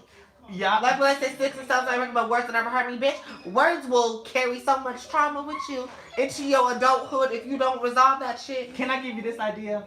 Give it to What if your uncle's perception of you post-transition was different because post-transition as a kid, you wasn't owning who you were? Does that make, like, you know what I'm saying? Post-transition, you now owned who you were and fully yourself, and it's like, I'm here. Use and weaponize that against me because I wasn't and post-transition, they couldn't do that. It's like, I can't say shit now. Because you're living in it. Because you're living in it now, you're owning it. But when it seems like it's been hidden, now it's the top of conversation. Exactly. It's like, oh, well, sure, we going to get you. We know it's going to make you feel small. We know it's going to, put some fear in your heart as like the uncles. Because, this is the queer baby. But, bitch, as soon as I started owning that shit, it was, oh, well, you should come around. You should say, hey to me next time you in town. Why don't you call me? I miss you. I miss hearing you. We can come and talk. We can have some time. Like, I still love him. I do. But I still look with a little side eye. Like, girl, bitch, just a little too little, too late, like JoJo said. Too little, too late. Well, I enjoyed the conversation. I'm going to slide out. You're going to slide out because you're going to roll up, ain't you? I see you touching. Well, I ain't know if we can say that on camera, but yeah. Yeah, they finna roll up, bitch. I might roll up with them. What you drinking on? Oh, I don't know what okay. Who took my drink? You had a little whiskey. Go on there and get my drink. Did you mix it with anything? Because somebody have my Jim Beam honey, baby. Oh, okay. Go on there and find it. All right. Bitch, who got my Jim Beam honey? Is you drinking it straight? Bitch, go on and get my Jimmy honey. All right. You drinking it straight? Oh no, I have a little ruby in here with it. But bitch, I know where my Jimmy honey at, bitch. Because it was sitting right here I with brought me. it back in here. But where's It's it over at? here. Oh, back there. But why does it have drink? It was. I think it was like that when I came in. What's your topic now? Well, now we don't talk about we don't talk about Kirk Franklin. We don't went all off topic, but I feel like it was great conversation, baby. Y'all gonna live for this. I might go ahead and attach the audio to this and put it on my podcast. I might do that. I feel like it'd be a good conversation. Mm-hmm. Yes, because I have an actual podcast show. Remember, Sipping with Siblings. Sibling. We can have solo sibling talk as well, and the sibling will be with me, and I'll have some interviews. She's trying to introduce this whole solo sibling talk with siblings, and it just don't work for me. It works for I'm me. gonna let her just branch out and make like a sipping with Drea or something. I shouldn't have my own talk if I already can, attach it to the one thing that I have. Eat. Chuck her out for me. You Stick ain't up her say- ass. You ain't say Stick nothing up but her. a word. But I think that was literally the end of, because I don't know what I was going to bring up about insecurities. Because I had typed in insecurities as far as like my third topic. Well, I gotta Bay. answer Oh, Terry. Salt Bay. Do you know what I'm talking about? Yep. On Twitter, y'all. So I was going to talk about this. I talked about it in my podcast too. So y'all can go ahead and listen to it for a more extended thing. But we was talking about Salt Bay and how there was some guys going to the restaurant from Salt Bay. He's that dude. So when you order this certain steak, it's like $1,000, and he comes to the table, he cooks you the steak, he sprinkles a little salt, cuts it up, puts it on a knife, and he's feeding it to you. Like, oh, that's part of this whole experience. Now, I've seen a few men on Twitter, black men particularly, because we're going to call y'all out, because I see no white men do that, because honestly, white men don't care about shit like this. They'll get fed by a whole nother man and not give a fuck. But the men in the video have been refusing to be fed by Salt Bay. And, there's nothing wrong with that, but then again, why pay for the experience if you're not going to take the whole experience because you don't want another man feeding you? Because that's what they're giving. They're giving, I don't want another man feeding me. He's not going to slide meat down my throat. These are the things that they're saying. What y'all think about that? I'm gonna go first What because you I'm think finna go about back in this room. It's gonna be very quick because last time I talked about if y'all want to hear the whole spiel, go to the podcast and listen to the podcast. But quick, fast, and in a hurry is if you don't want the full experience, don't go and pay for an experience. Like, go somewhere else and get you a steak if you want a fucking steak. Like, don't go to Salt Bay knowing this nigga's gonna feed you because this is part of your $1,000 steak experience. And then get offended / mad when he tries to feed you and you don't want to seem gay or you don't want to seem homophobic in front of your kid or your friends, shit like that. Like, don't go to this restaurant. Like, don't. Just simply go somewhere else. Because you're paying for this. You're paying all this money for this. Bitch, And take then your ass to Longhorn. niggas are getting mad because their girlfriend is getting fed meat down their throat in front of them. Like, how are you feeling some type of way and bitch you paid for this experience? You should have took that bitch somewhere else. Took her ass somewhere where they could spray some sake in her mouth. Period. He probably don't even want to take her to a hibachi. They throwing food and spraying water in the mouth. Real bitch. So simply just don't go there. If you that homophobic and you don't want to seem gay and you feel like the shit is not for you. And that's the thing, they say that they're not homophobic. It just makes them uncomfortable. Okay, so I'll speak to that. Well, first, speaking to what Kaylin said, if you're paying for an experience, I think that, since you're paying for it, it is certain things you can opt out of.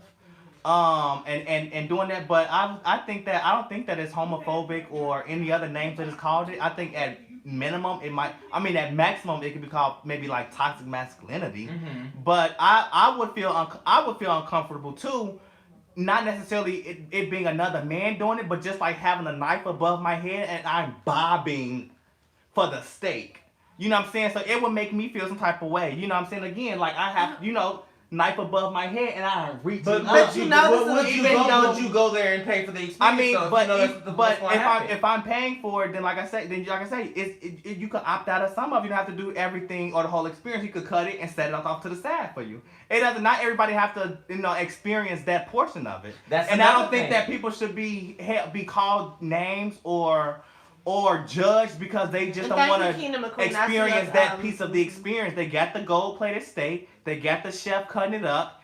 They got the ambiance of the restaurant. If you don't want the man holding a knife above your head and you bobbing for apples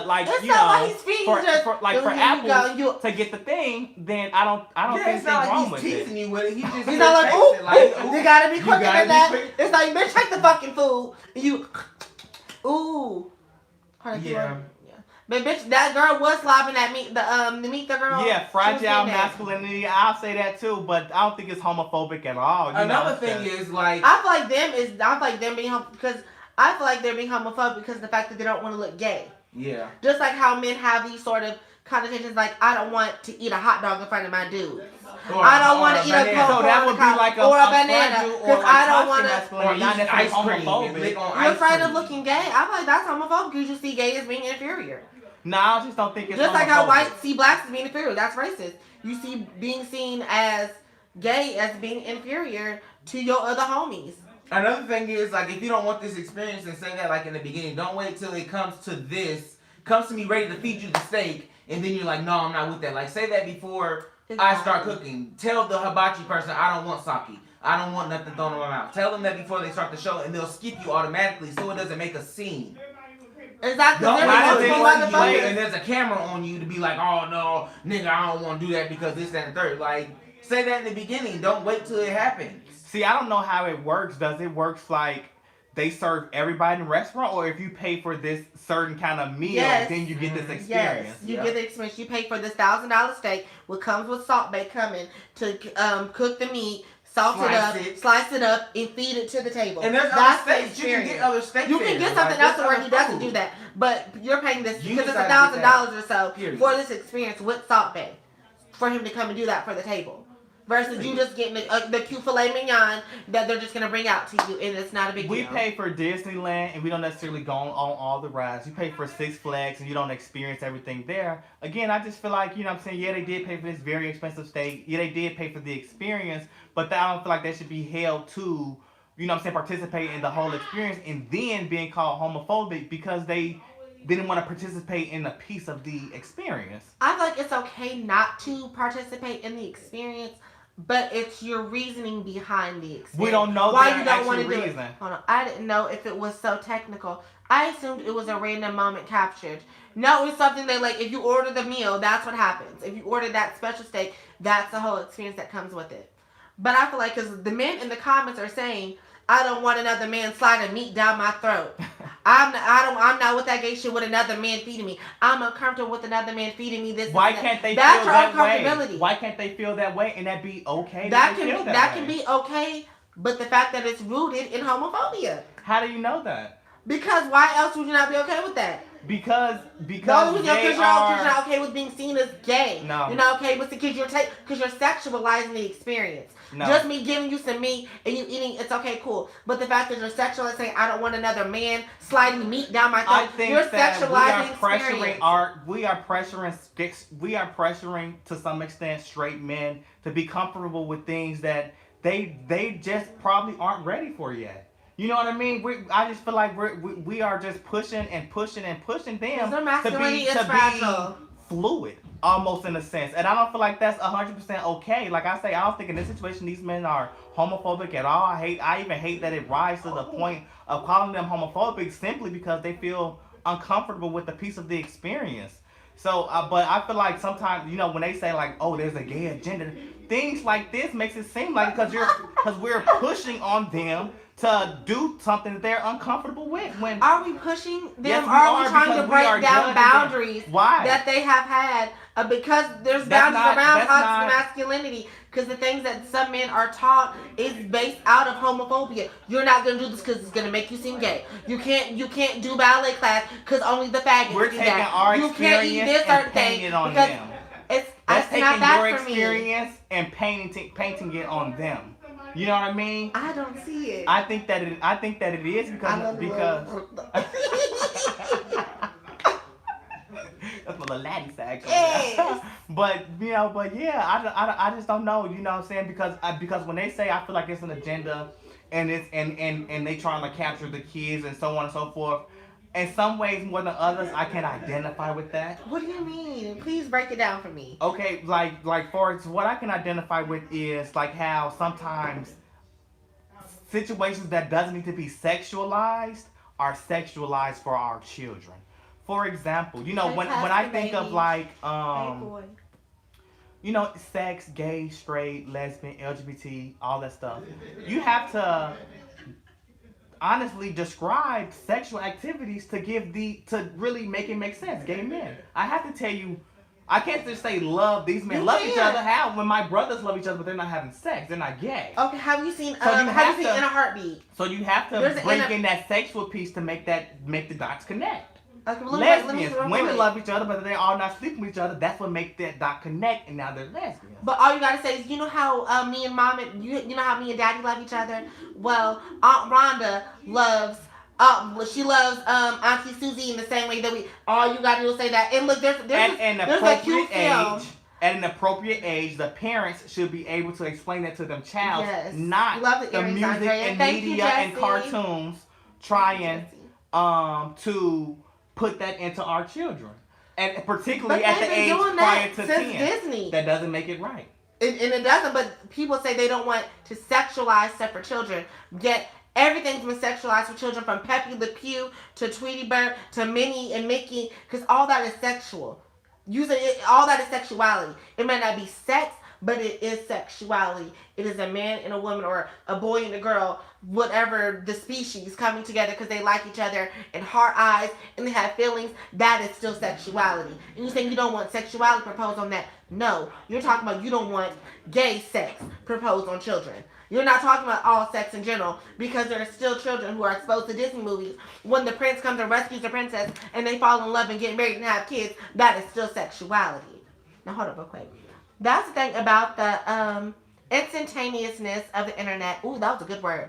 And social media. What you don't like so bad, like you don't like something.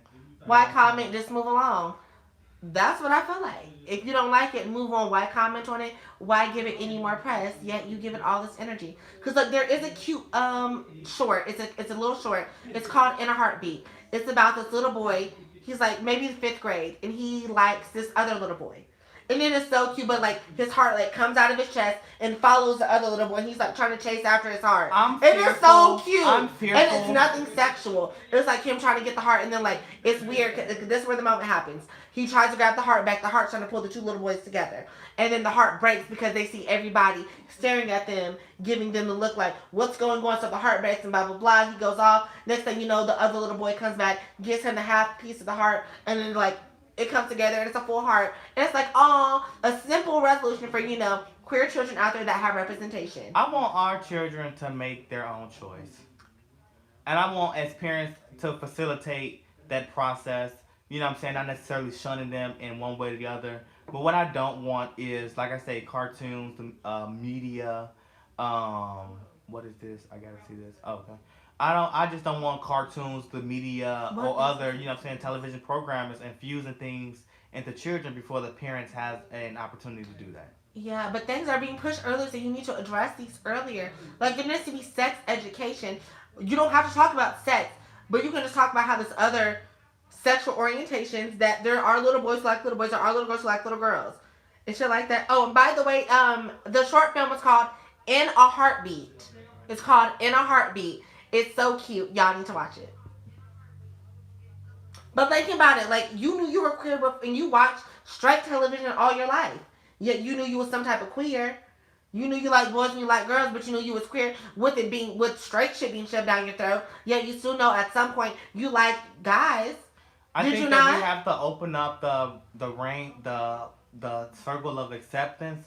But again, to kids prior than, to kids, before the age, I'm not even gonna say 10 because they'd be real smart at 10. Maybe like 6 or something, and down. I don't feel like they should be sexually inclined in any direction. Or I just don't. Let's allow our kids to be kids. Yes, but still be aware. Like how we touching like I say, it's hard to have a conversation about gay, straight, lesbian without including that sexual piece and making it make sense. Love. You're omitting information and essentially lying to your kid because you're not giving them all the information. You don't need to give the information about sex if they're not having sex. Yes, you do. Why even bring up gay, straight? Because it involves sex. Look, no, it's not, because, like, let's say you're not gay unless you're having sex with another man. You're not a lesbian unless you're having lesbian. You don't have to try anything else. You just, at least be as a queer child. until I always knew that I had like guys. When I back pre-transition, when I was a little boy, I always knew I had like boys. I never had sex with a boy, but I didn't have to have sex with a boy. I was just like the same feeling that people had for girls. Like I see everybody else giving out their Valentines. I want to give my Valentine out to this guy, but I know some people are gonna say something bad about it, and I know it's gonna be looked down upon. I knew that I liked him. I know what to give him my Valentine. Didn't mean I want to go out and suck his dick at 10 years old. No, it just means I wanted to give him my Valentine. I want him to know that I liked him, and I want him to like me back. That had nothing to do with sexuality. And that's because. And there are also children out there who have queer parents. So why can't we have them have the same, visibility that straight couples have? Just like there's people out there who's adopted that are on TV. There's people out there who are in the welfare system. There's people out there who are, there's all these different types of family units. Why are we shunning queer people from seeing their families on TV? All because you're not ready for it and you don't want to have the conversation because you're uncomfortable with it. But they grew up in it. Good point. You know what I'm saying? That because, and I say that's a good point because the same way that at one point in time, white people was like, damn, every time I turn on my TV, I see all these niggas. Mm-hmm, You know what I'm saying? It's the same way that not the straight community or the heterosexual community, I'm not going to say ethnicity or race, just the heterosexual community in general kind of says, like, every time I turn on my TV, I see, you know what I'm saying, LGBT members. It's this race music. It's this, yeah, this, so, this. I mean, I guess I understand it, and I don't want to, put a double standard or, be the same way the oppressor was to us type deal. Like, you made a good point far as, well, these alternative families do exist, and their stories do need to be, showed and told as well. I guess I'm just one of the ones who have to get over that learning curve. Yeah. And we have to retrain our mind and reimagine. But I still imagine think if you were taught how comfortable, how normal it was at a young age, you wouldn't think like this now at 22? Because you were already exposed to it earlier, like, oh, yeah, this should know. I knew about this back when I was in 4th grade. They discussed this in my health class. That there's other families out there besides the regular ones. I'm fearful in the grander community. As African Americans, we 13 through 16% of the population. I'm thinking long term, the next 50 years, 100 years. Yeah. In the event that same sex, relationship, continues to happen. Let's say if it's at like maybe 5 or 10% of our population, that's 16% now. Well, what happens when it grows to 7%, which would be half of the African Americans, in America? What happens when same-sex couples could possibly stifle our population growth? You know what I mean? In the long term, I'm not talking about the specific case. I'm not saying you as one person, you shouldn't do. I'm thinking big term, long term, 100 years, 50 years, same-sex marriages. I think it'll stifle the population growth where we may go from 16% of the population. If it grow, I'm not saying. Yeah. If let's say if 60% of African Americans was LGBTQ. There's still other ways around having children. It's not like we're all just gonna decimate. Like children, people are gonna want children. So hold on, she said something. Girl, where you at? Well, she said something about LGBT. Get it back. She said LGBT people are always, our experiences and our livelihoods are always sexualized. It's we put out love is love, but people always see it as sex is sex. Like we're always being sexualized. We're never just treated as human beings. We're always just like, oh, when you bring up LGBT, automatically people think sex. Yeah. Like, but never love is love. Madhouses and orgies. They think about that. They don't think about this. Just 2 men, 2 women. But when I'm around my gay male friends, I ain't gonna lie. other. Hell, the conversation of sex comes up very. Because y'all are adults. Y'all aren't children. What's the topic, honey? How do we get into this? Oh, what were we saying? We were because I made the case that I think we need to protect our children. And far as like bringing awareness of LGBTQ at an age maybe 6 or after. I don't think that it should be introduced at an age 6 and below, and the parents should have a time parents should have an opportunity to teach that to their children before media, cartoons, and things. Yeah, the teaches child, them that. the child definitely. Adriana brought in the point that, well, You call me Adriana? I mean Andrea brought in the point that, they see straight, you know what I'm saying, heterosexual relationships and love stories at ages before 6 and even after 6. So it's like, why can they see that relationship when other families exist? Tuscan, you doing a lot. Tuscan, you doing a lot. I'm feeling very sexual now. If you feeling this type of way, baby, you can subscribe to my OnlyFans and get your whole life. Side note. I do feel like they Side note, let me plug in myself. They do need to be introduced to this when they can understand things. Like you said, 6, 7, that's when they start really like Is he cute? understanding stuff and actually getting to what they need to know. They're maintaining the shit that you're talking about. So 6 and below, they're not really going to understand. They're not really going to get what you're saying. Right. But yeah, 6, 7, and But above. children are going to understand you. They're going to understand. If somebody would tell me, like, I understood gay back in the day, but I viewed it as negative because of the way that I was taught to receive it. It's, them faggots walking across the street. Why can't they just keep that indoors? I'm not saying somebody said that to me. Like, if somebody did, I took it as like, ooh, shit, well, now I know it's bad to, walk around with another man as a little boy. I know it's wrong to do this. Versus saying, oh, okay. Where's the Cash App though? Exactly. Where's the Cash App though? Cash App is $, Andrea Mandavi, the same as my name, Andrea Mandavi. Capital A Ndrea, capital MANDROVI. Andrea Mandavi, baby. Or K-Mo, capital KAE, capital MO. Wherever you want to send it, okay? But I'm just saying people should be more exposed to things. I feel like if we started earlier, sex education, different sexual orientations, stuff like this, then things will be more normalized versus by the time when they get to high school and their parents had, drilled them in, this is bad, don't do this, then they'll be more aware, even if they may not be, pro-LGBT, they'll just be aware, like, okay, this is more normal. This is something that people do that's not like myself. Just like there's somebody out there that's left-handed, there's somebody out there who likes boys even though I like girls. Just other sexual help like that. Or, identifying sexual parts by the right names and not pee, wee, and cuckoo. Know the fucking name so your child can tell you if somebody's touching them. Let them know somebody touched me on my penis, somebody touched me on my vagina. Boom. Tell them the proper name for your child so they can know what to tell you. Because if they know nothing about sexual health, they know nothing about, sex education, they're not going to know if somebody's touching them that it's wrong. I agree because with there was you. no sexual education I happening. agree with you, but what age do you want to start telling your child about vagina and penises? Like, Once you start are able to drop them off to other people.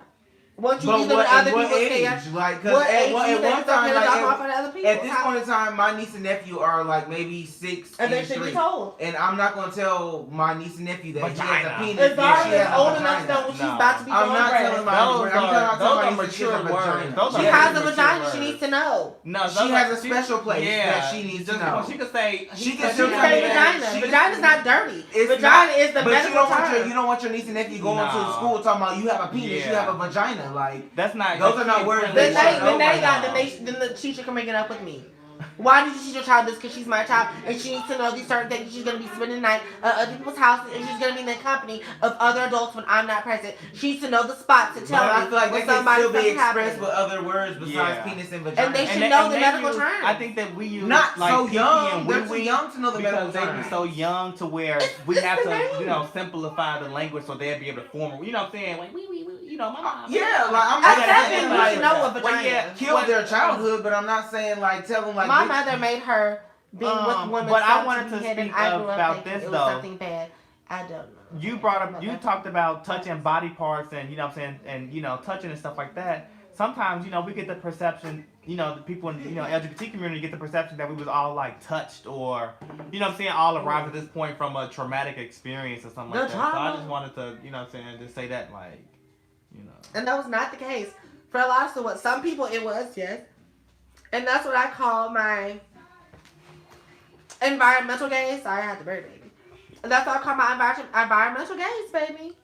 That's the fact that, there's something going on in your environment to where you now are queer. Versus, if that never would have happened, that might not have happened to you. You might not have turned out as queer. And there's also the queer people that, you can go up and you look at them and you know. Like me. If you looked at me when I was a child, I was doing the Uh-Oh dance by Beyonce. I was putting scarves on my head. I was I was making little dresses and stuff like that. You would have known that I was queer as a young child. And I never had been touched. Right. And there's also children out there who do experiment. Because I was a child who experimented with other children. As a kid, just knowing. There was a girl who came up to me when I was Kids touch each other and sexual It's assault not each sexual to other. them. It's they sexual. They don't necessarily I call call it it that, but kids experimenting. sexually assault each other a lot more than what we communicate that we do. You know what I mean? Yes, like as a child, I can tell you that I experimented with a child when I was a child. Because, that was just something like, you show me yours, I'll show you mine. That type tease. Like, it was something very much like that. And more children are doing that at young ages. They are, because I was probably like 6, 7, when I had first seen a vagina. That wasn't my mama's. Because I took showers with my mama. And nothing was sexual about it. But yeah, I had seen this girl in the bathroom at church. She was like, hey, she slid underneath my stall. She's like, hey, can I see what you have? Da, da, da, da, da. I was like, okay. She's like, well, if you show me yours, I'll show you mine. And that's what happened. That was the tea. And there was nothing sexual about it. It was just like, hey, here it is. Well, first of all, y'all too young to be showing what y'all get. Number one. Yeah, we were.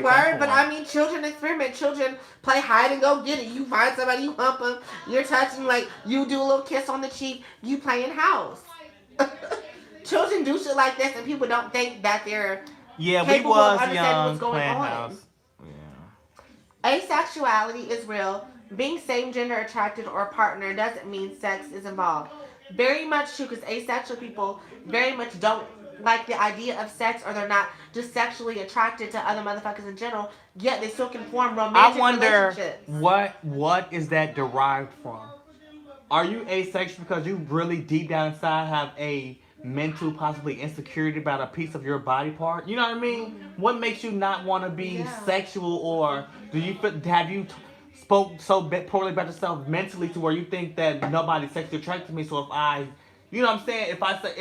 So you turn off your sexual. Yeah. You know what I'm saying? I'm questioning, like, innocently, like, what makes people arrive at that point and say I'm asexual?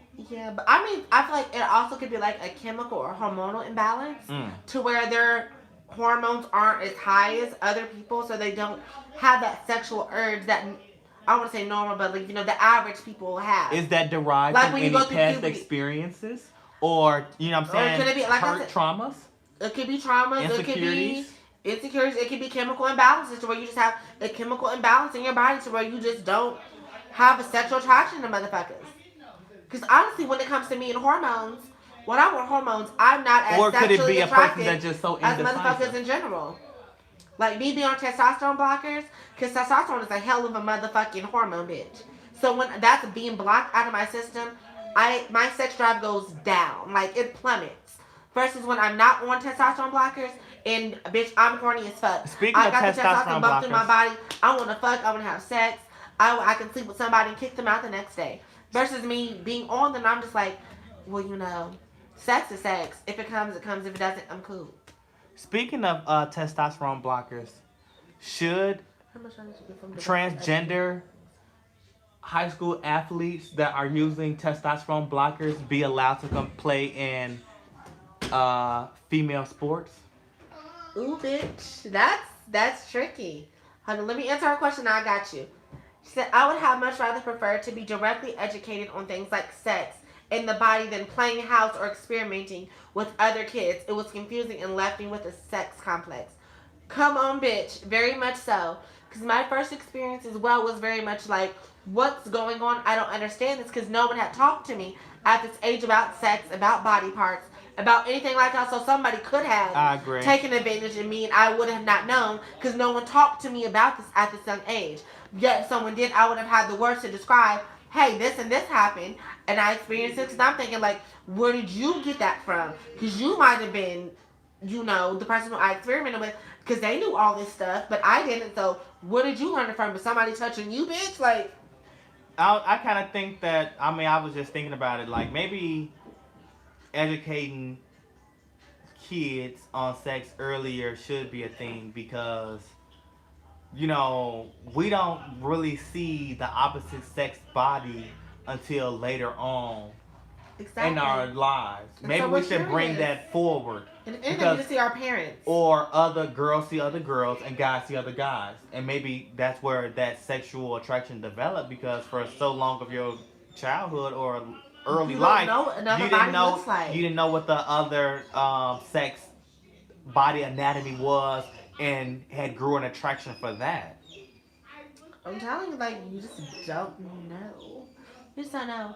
As far as your question, I'm iffy on Wait, let this. me ask the question. We asked the question. So I had asked Andrea. Andre. But you I got got a what's friend about to named call me Andrea, Adriano. Andrea had mentioned that, you know what I'm saying, when she takes testosterone blockers, that, you know, sometimes doesn't have her in the mood like how she would if she wasn't on the testosterone Very much blockers. so. So I asked the question, well, how does she feel as far as high school trans female? Would it be trans female? Trans women, yes. Trans women. how high school athletes, trans women, boy to girl. Damn, let me get my question right. I had asked her how trans what High school trans women. high school trans women that play athletic sports, if they should be allowed to compete with women, you know what I'm saying, if they are on Hormones. hormone blockers. Now, for me, I'm a little mixed on this because there's so many different factors when it comes to shit like this. Just because of the fact that, you know, I feel like you being on 3 months of hormone blockers isn't going to bring you down to the level of a cisgendered woman or a cisgendered girl because you're in high school. A cisgendered girl, so you clearly have an advantage. But when it comes to advantages, people have physical advantages in general, like Michael Phelps. I'm just giving an example. Michael Phelps. When he swims, he has a wingspan as far as like arms to arms that are longer than the normal person. Therefore, that gives him more room to do shit like that and to where he can go faster and swim longer and harder and faster than his cisgender male counterparts, right? So he has an advantage. And so that's a biological advantage that you have. So where are you cutting off at biological advantages? I don't think that. I don't think they should either, though. No tea, no shade. I don't think they should compete. Maybe like after a year or advantage is two. still there. I feel like it's still fresh. It's still early. We're not at that point where it needs to be like regulation or like laws for it. But there are being laws happening. It is. It is. It truly is. But I don't think that it should be. And I guess maybe it should be to the maybe. If they gonna do the rules and stuff, maybe they have to be on it for a certain amount of time, or you know what I'm saying, things like that. But it is a sticky situation. But it isn't fair to the cis girls that, you know, been training their whole life for this, and a motherfucker that just took a few months of hormone blockers, who's on hormone blockers for 2 or 3 months now. But I also feel like it would not be a problem. What if the cis girls won? It's only going to be a problem if the trans girl wins. Because there's plenty of cis girls out there that could probably dust the motherfucking track. That could dust a cis man in track. Because of the fact they built their whole lives that they're just the way their bodies. But they can dust them. But it's only going to be a problem once the cis girl loses. If the cis girl wins, you're not going to hear about it. There's not going to be no press. There's not going to be no Facebook posts. There's going to be no shade room posts. If the cis girl wins against the trans girl. But if the trans girl wins against the cis girl, it's going to be an issue. It's going to be an issue. So it's like, is it only okay if you're weaker than me that you can compete against me? Because it's also Caster Semenya. She is a cis girl. She is in the Olympics. They told her that she had to take testosterone blockers because she has a hormone, I don't want to say deficiency or issue. She has a hormone thing to where she produces more testosterone than she does estrogen. But she's a cisgender female. She's born with a vagina. She has a woman, all that shit. But the fact that she is born with this extra amount of testosterone, she has an advantage over her cisgender counterparts. And so they're trying to make her take testosterone blocker. She was born a female. Oh, okay. She's born female. But she produces a lot more testosterone than the other girls. So they're trying to make her take testosterone blockers to make her equal to everybody else that she's competing with. And I think that's wrong. Because that's a biological advantage. You're not taking anything to get that advantage. That is something that naturally happened to you. So when do we start regulating people on what they're naturally inclined to like build up and compete with? You know, that's so technical. I don't It even got is, no opinion bitch. on it. It got so deep and technical. It is, baby. I'm My man telling was you. blank and I ain't got no opinion on it. What's the next conversation? Okay. I think they should, with exceptions, and trans individuals should have their own spots and spaces to be athletes. They Yeah, shouldn't I be think they should penalized have not to their play own league. sports. But the issue with that is it might not There's be not enough to enough. create a league. That's why I say it isn't at There's that not level enough to where spaces. it needs widespread rules and laws yet. We just aren't there yet with it yet. We ain't there yet. What's the next conversation? That's exactly how I feel about, you may feel different about this, about organizations. As far as like sororities, trans women not being allowed to sororities. I feel the same way as far as about you should just let them go in. Because a lot of the arguments are you need to create your own space.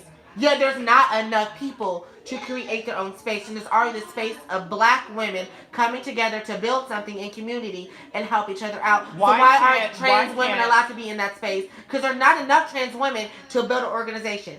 I'm literally the only black. If I was going to school here, like I did back in 2013, I was the only black trans woman here.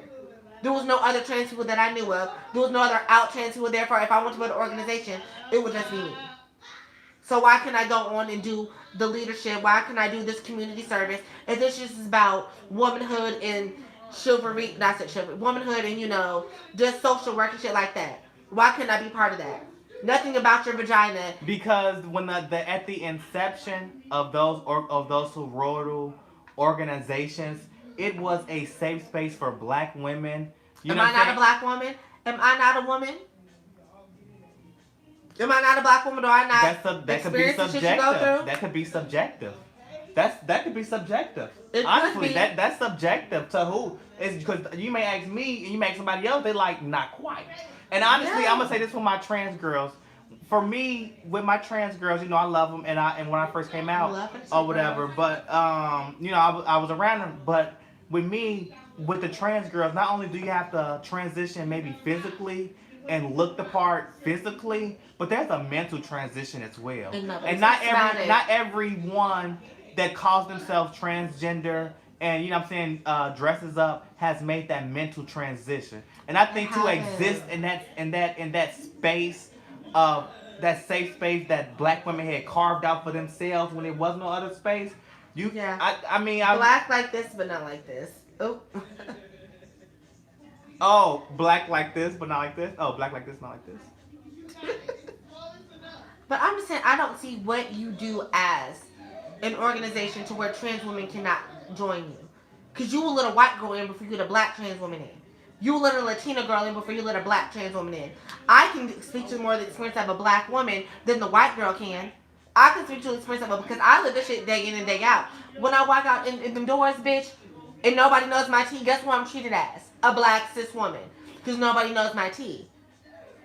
Bitch, nobody knows, so I'm being treated as a black cis. So I can speak to the experience of being black and being a woman versus you letting the white girl in for affirmative action purposes because you need to have a quota that you need to put up for your sorority. Yeah, I can't be a part of that because I'm not a woman because I don't have a vagina. Bitch, what are y'all doing? Are y'all going out and bleeding on some shit? Like, what do you have to do? Why do I have to have a vagina or have been born with a vagina or transition to having a vagina to be part of an organization because that's based on community service in a biologically, woman? That's what makes you female. But what is so that? So if it's a female organization and they saying that it's a women's organization. I gotta look at the words and verbiage. I can't get that technical. I can look at the words and verbiage. I don't know what it says. I don't know what it says. What are you as a black cis woman that a black trans woman can't come in and help you build community with? That can't help go out and do community service with? Me being a black trans woman, because we're all black, we're all women, we go through some of the same things. Why can't I join your organization? Because I'm trans. Bam. But you let the white girl in, and what she have about black history? What experiences has she been through as a black woman? What experiences has she been through that can relate to your experiences, bitch? Because she just automatically invited to the cookout? Because she wants to join the Deltas or the AKAs or the HUOs, bitch? But I'm a black woman who's lived a black life, who can relate to you as a black woman more than any of them other bitches could. But I can't because of the fact that I wasn't born the way that you thought, and my womanhood isn't what you think womanhood should be. and I can provide the I same don't think, shit. I'm not sure if the transition is finished or to be maybe a transsexual who had the snip snip. You know what I'm saying? I would say that they are now could be, but I feel like sometimes if you still got the penis, But what does my genitalia have to do with me doing community it's service? not. I mean, not. What does my It's genitalia have more to do with than me that. doing community service? What does it have to do It's with more than that. pledging? It's a sisterhood. It's a bond. It was a safe space carved out for these women. For You know, black to women. express themselves. For black women, it Yeah, has but nothing to do if with you your haven't did vagina the snip or snip childbirth biologically, and you're periods. not. You know what I'm saying? Like, But I still can have a child. So you're not going to ban Right. all the women who want to join AKA. You can only be an AKA if you can have a kid. If you have a period. Because there's cis women out here who can't have periods. Yeah. Who can't have children. And that's so where are sad. you going to... So now you're breaking down the qualifications of womanhood. And what you deem as a woman. I mean, if you go to having white a women's penis wouldn't even spaces... be on the chart of womanhood, technically. Bitch, hold on. I I follow think- someone who has an issue with the whole inclusion discussion. I think they see it as holding a fake space disingenuine. See? I forgot the point I was trying to make.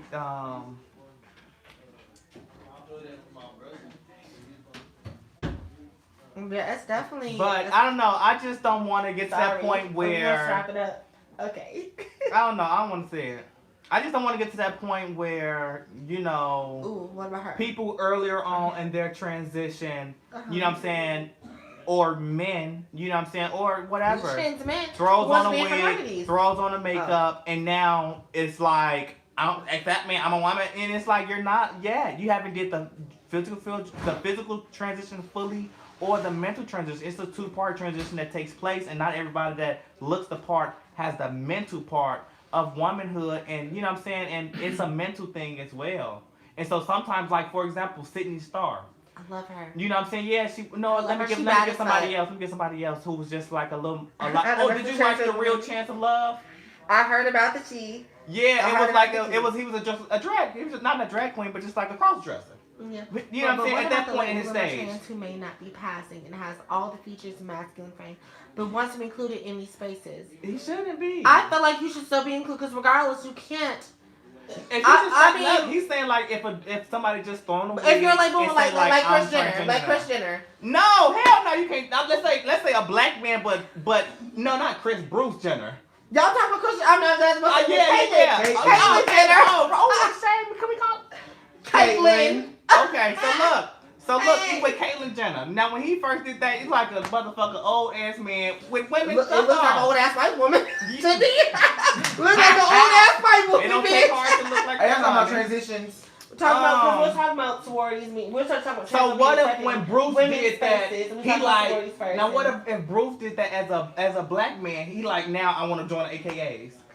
Like You damn, should- hold you should be trying to on. You know what I'm saying? Like wait, motherfucker, it's like you just threw that shit on. I do feel like if you're haven't going transitioned to claim the fully name trans, and you need to be transitioning into something like snip snap. not even snip, but Not you even- need, you're just you need to be supposed to taking the have a hormones, you need to be taking the estrogen, you need to be taking the steps to becoming who you want to be. Not just putting on a wig, not just putting on makeup, not just dressing who you want to be, but the transition of being trans. What she say? Then you need to be transitioning. One can say the same thing about adulthood. You're not an adult until you're mentally transitioned.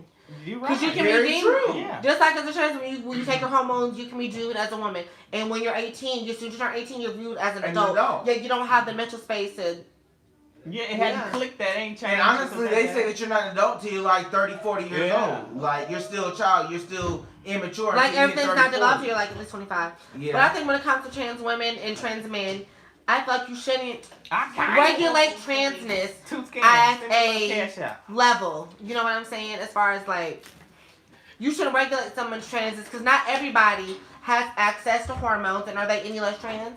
Not everybody can physically take hormones because of a medical condition, so they are any less a trans person just because they can't physically take the estrogen I mean, they or the would be testosterone. less a But they're trans still person. trans. Technically, they would be less a trans person because they haven't get to where a more experienced trans person is. I mean, I feel like with the non-binary people, they're shaking shit up to where Girl, you that's not don't me. have to Go ahead. be a certain type of way to fit this certain area. Because just like there's masculine women, there can be masculine trans women. Just like there's trans women who may trans women have facial hair. There's cis women who have a little facial hair and a little stubble, bitch. No, girl, hell They no. have If you hormonal transition deficiencies. to a woman, cut all that motherfucking stubble and stuff off. Don't do that. Don't try to fit in like that, no damn stubble. No, do yourself like that. But there's also cis women that, like the bearded ladies. Like who have hormone deficiencies to where they grow that shit no matter how much they shape it. If you're trying to transit, like get it to just you know what I'm saying. Like you may have a pussy, you may have a vagina, you may have titties and shit like that. But just because of your hormone imbalance, you grow more facial hair than necessary. And are you any less of a woman because you do that? No, you're not less of a woman. But if a man transitions to be a woman and he still got stubble and facial hair, it's like, hold on, please. But they're cis women with facial hair. But they're cis women. Okay, they're cis women with facial hair. So if you're a trans woman with facial hair, what makes it any less of a difference? The difference is that you have a dick between your legs and you're still like you have facial hair. That's unattractive. Like okay, cis women, I get you have a facial hair that may be a like you say it might be that, but for a trans woman, it's unattractive and it's like that's a stab. Like why would you do that to yourself? It's a child, like, but I mean there's girls out there who they know they're trans, but like I said, there's trans women out there who will never look the part no matter how hard they try, no matter how many surgeries, no matter if they get their pussy, their titties, and their body done, and they still built and the way that they look, it's never going to look like a cis woman. right. And trans women transition to look like cis and that's women. what comes along with transitioning from a man from a woman. That comes along with it. Don't sleep on in-house pharmacy 11 years ago. The Spiro to test acne. Now I'm in my 30s. I have the youthfulness of a eunuch. But the brutality of a man. Oh, bitch. Bitch, don't do that because I still order from in-house pharmacy, bitch. I still get my moans from there. Wait, what's in-house pharmacy? Andrea Girl. It's this website that the girls and the guys go to get their pills on the black market. Damn. Because I ain't never been to no doctor. Wait, who is Tuesday? Click on his thing. I can't click on nothing. This is on YouTube. This is basically just on YouTube. Oh my goodness, Andrea, girl, I cannot. It's a lot, y'all. Okay, but y'all, I just wanted to, okay, we're in the last 5 minutes, so I just want y'all to give any feedback that y'all want to give. Because in 5 minutes, I'm about to eat my food, and I'm finna smoke me some smoke, and I'm finna drink me some drink. What y'all thought about what I was saying and shit? Let me know. So let us know in the comments and now. And let me know if I should come back for another episode. Was it giving? Was I? Do y'all want him as another guest? We're wrapping it up. Don't do that. Don't come and talk on my live. Try to wrap shit up. Bitch, nobody told you to come in here. He came back right. You know my Thursdays and Tuesdays are for me. Hey y'all, they wrapping it up. What did he say? Please do what? Tuesday? Come back. Oh. He said, please do come back.